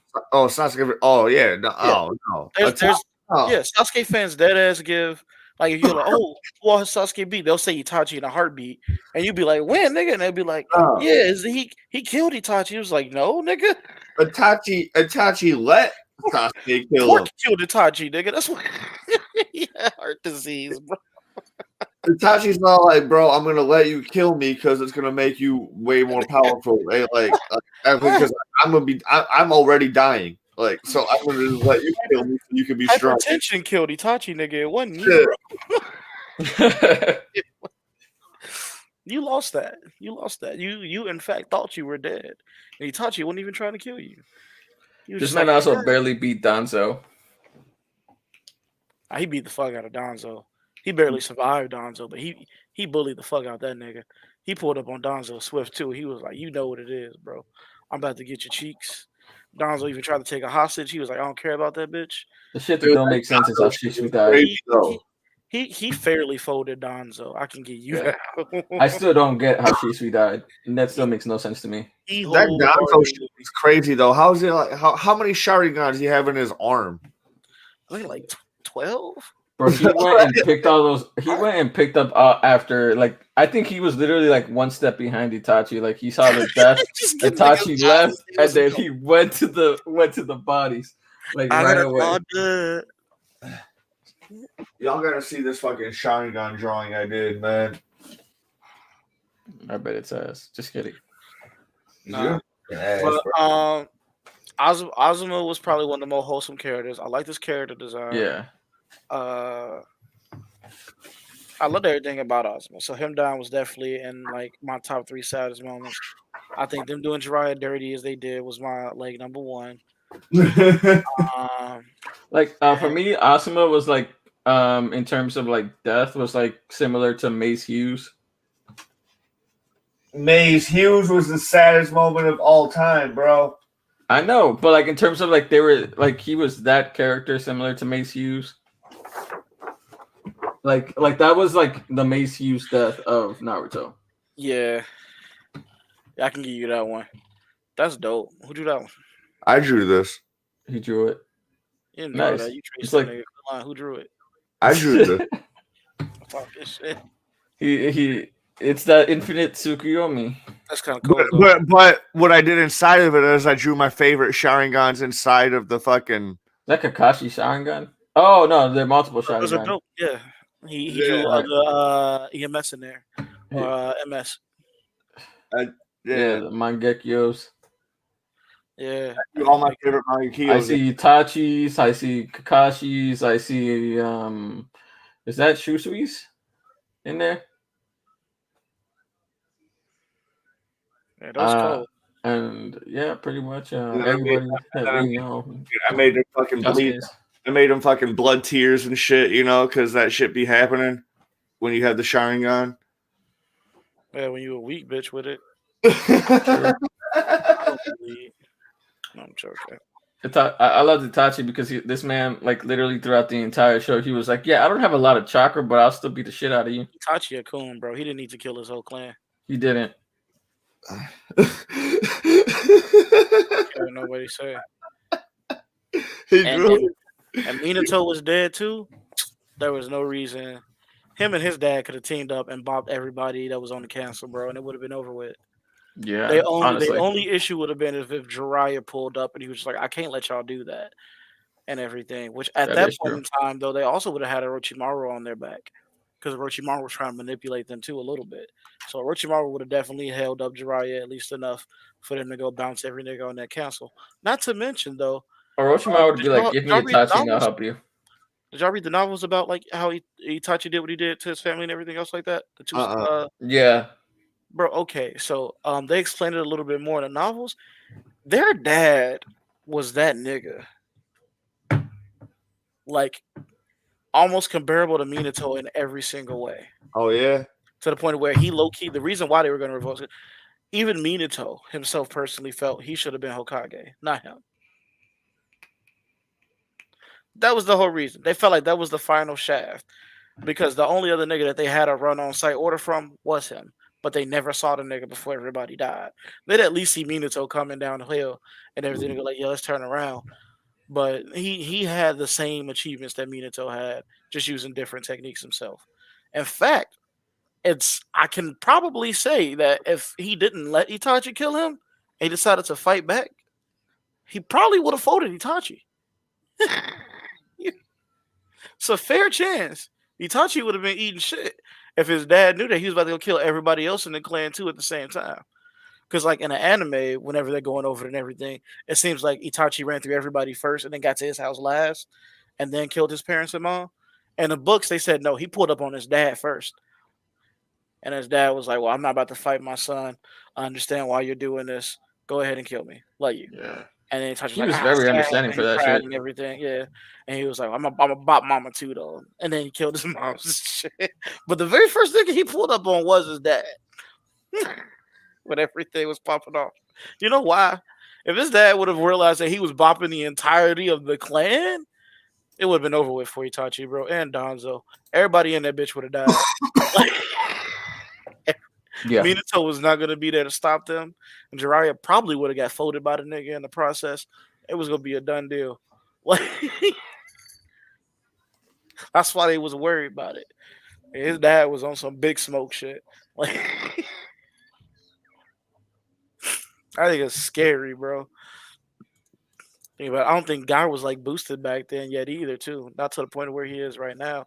nah, So it bro. definitely, yeah. Madara, Sasuke, and Kakashi and Obito did not have similar eyes. Oh yeah. Let me put that up here. Like Kakashi and Obito did have the same eye because they literally had one half of an eye.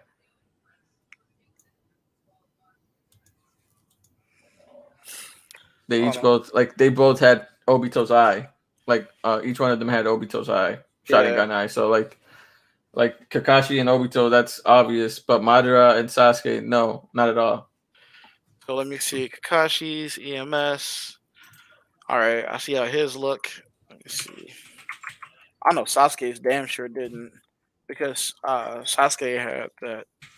Yeah, that don't look anywhere near the same for his levels of everything.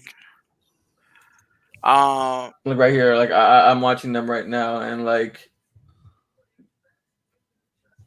the closest ones were like Naka and Obito having the same.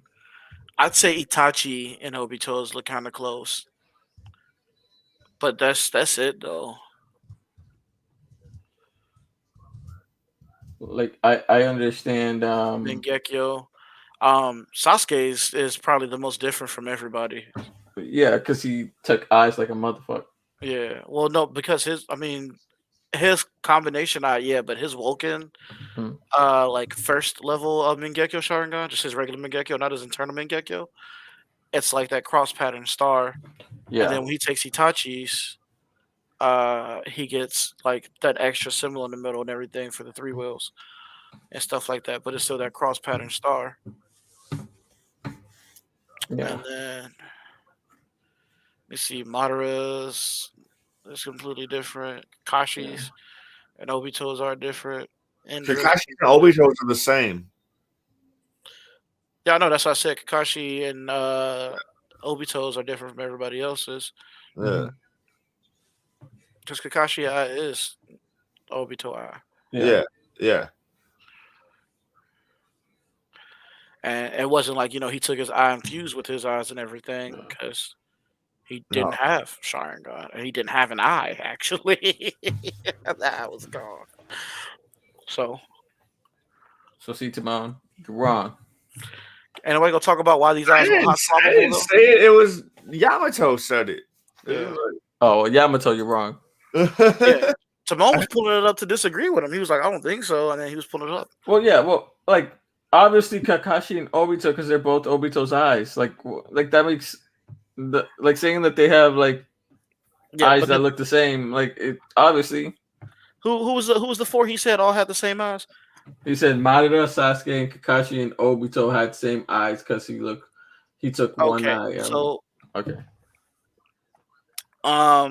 Here's the thing though, is that the only ones that had the exact same looking eye design was Kakashi and Obito. After that, any one of them that even passed around the eye all got a completely different design on that eye. Yeah.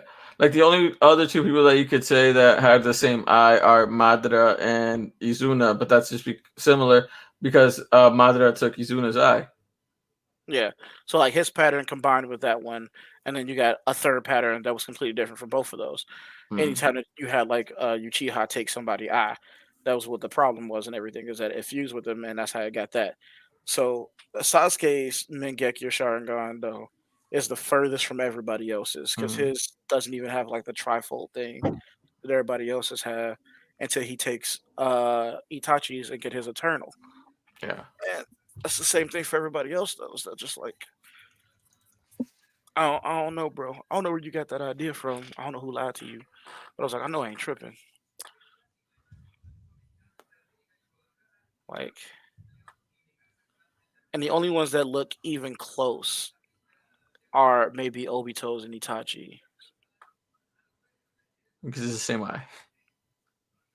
Yeah. No, that's Obito and Itachi don't have the same eye. Oh, sorry. No. My bad. No. Close. Yes, similar eye. My bad. Well, I think there's Naka. Naka and Itachi look pretty close. Naka and Itachi do have It's Naka, basically Itachi, Shisui, and Obito have similar eyes, and Fugaku. Yeah, I can see there's a little bit being confused because it's like minor, small shifts and differences between theirs and everything. Mm-hmm.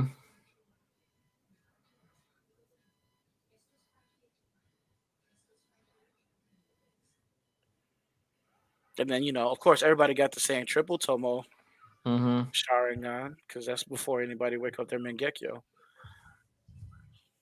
But besides that, though, what happens with the Tomos after that is different.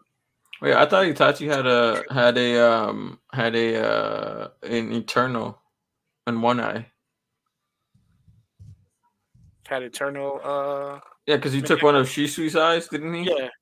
Yeah, he took one of Shisui's eyes, so he had one Eternal Mangekyo, and I think he implanted the other eye into Naruto's body for a long time, and Naruto didn't even know it because that was that whole crow and everything. It was that missing eye and everything, and then that's basically what had happened. It was like he just. Oh, there it is. I just found the manga, his Eternal Mangekyo on the one eye. It's just pretty much Shisui's, but thinner and like more around the eye. He's saying the design of the eyes, not the powers. We're not talking about the powers. Yeah, we're talking about the designs. The designs look all completely different. Yeah, that's why I picked like a lot of them. I didn't know the specific powers of. Like I was looking at I looked at a whole fucking sheet of all the Mangekiyos, and I picked my favorite looking designs, not knowing. Oh, he was saying in Timon's drawing they look the same, which they don't. he said, "Oh, you're dry." Go ahead, put you it back. Barely see it. You want me to put it back up?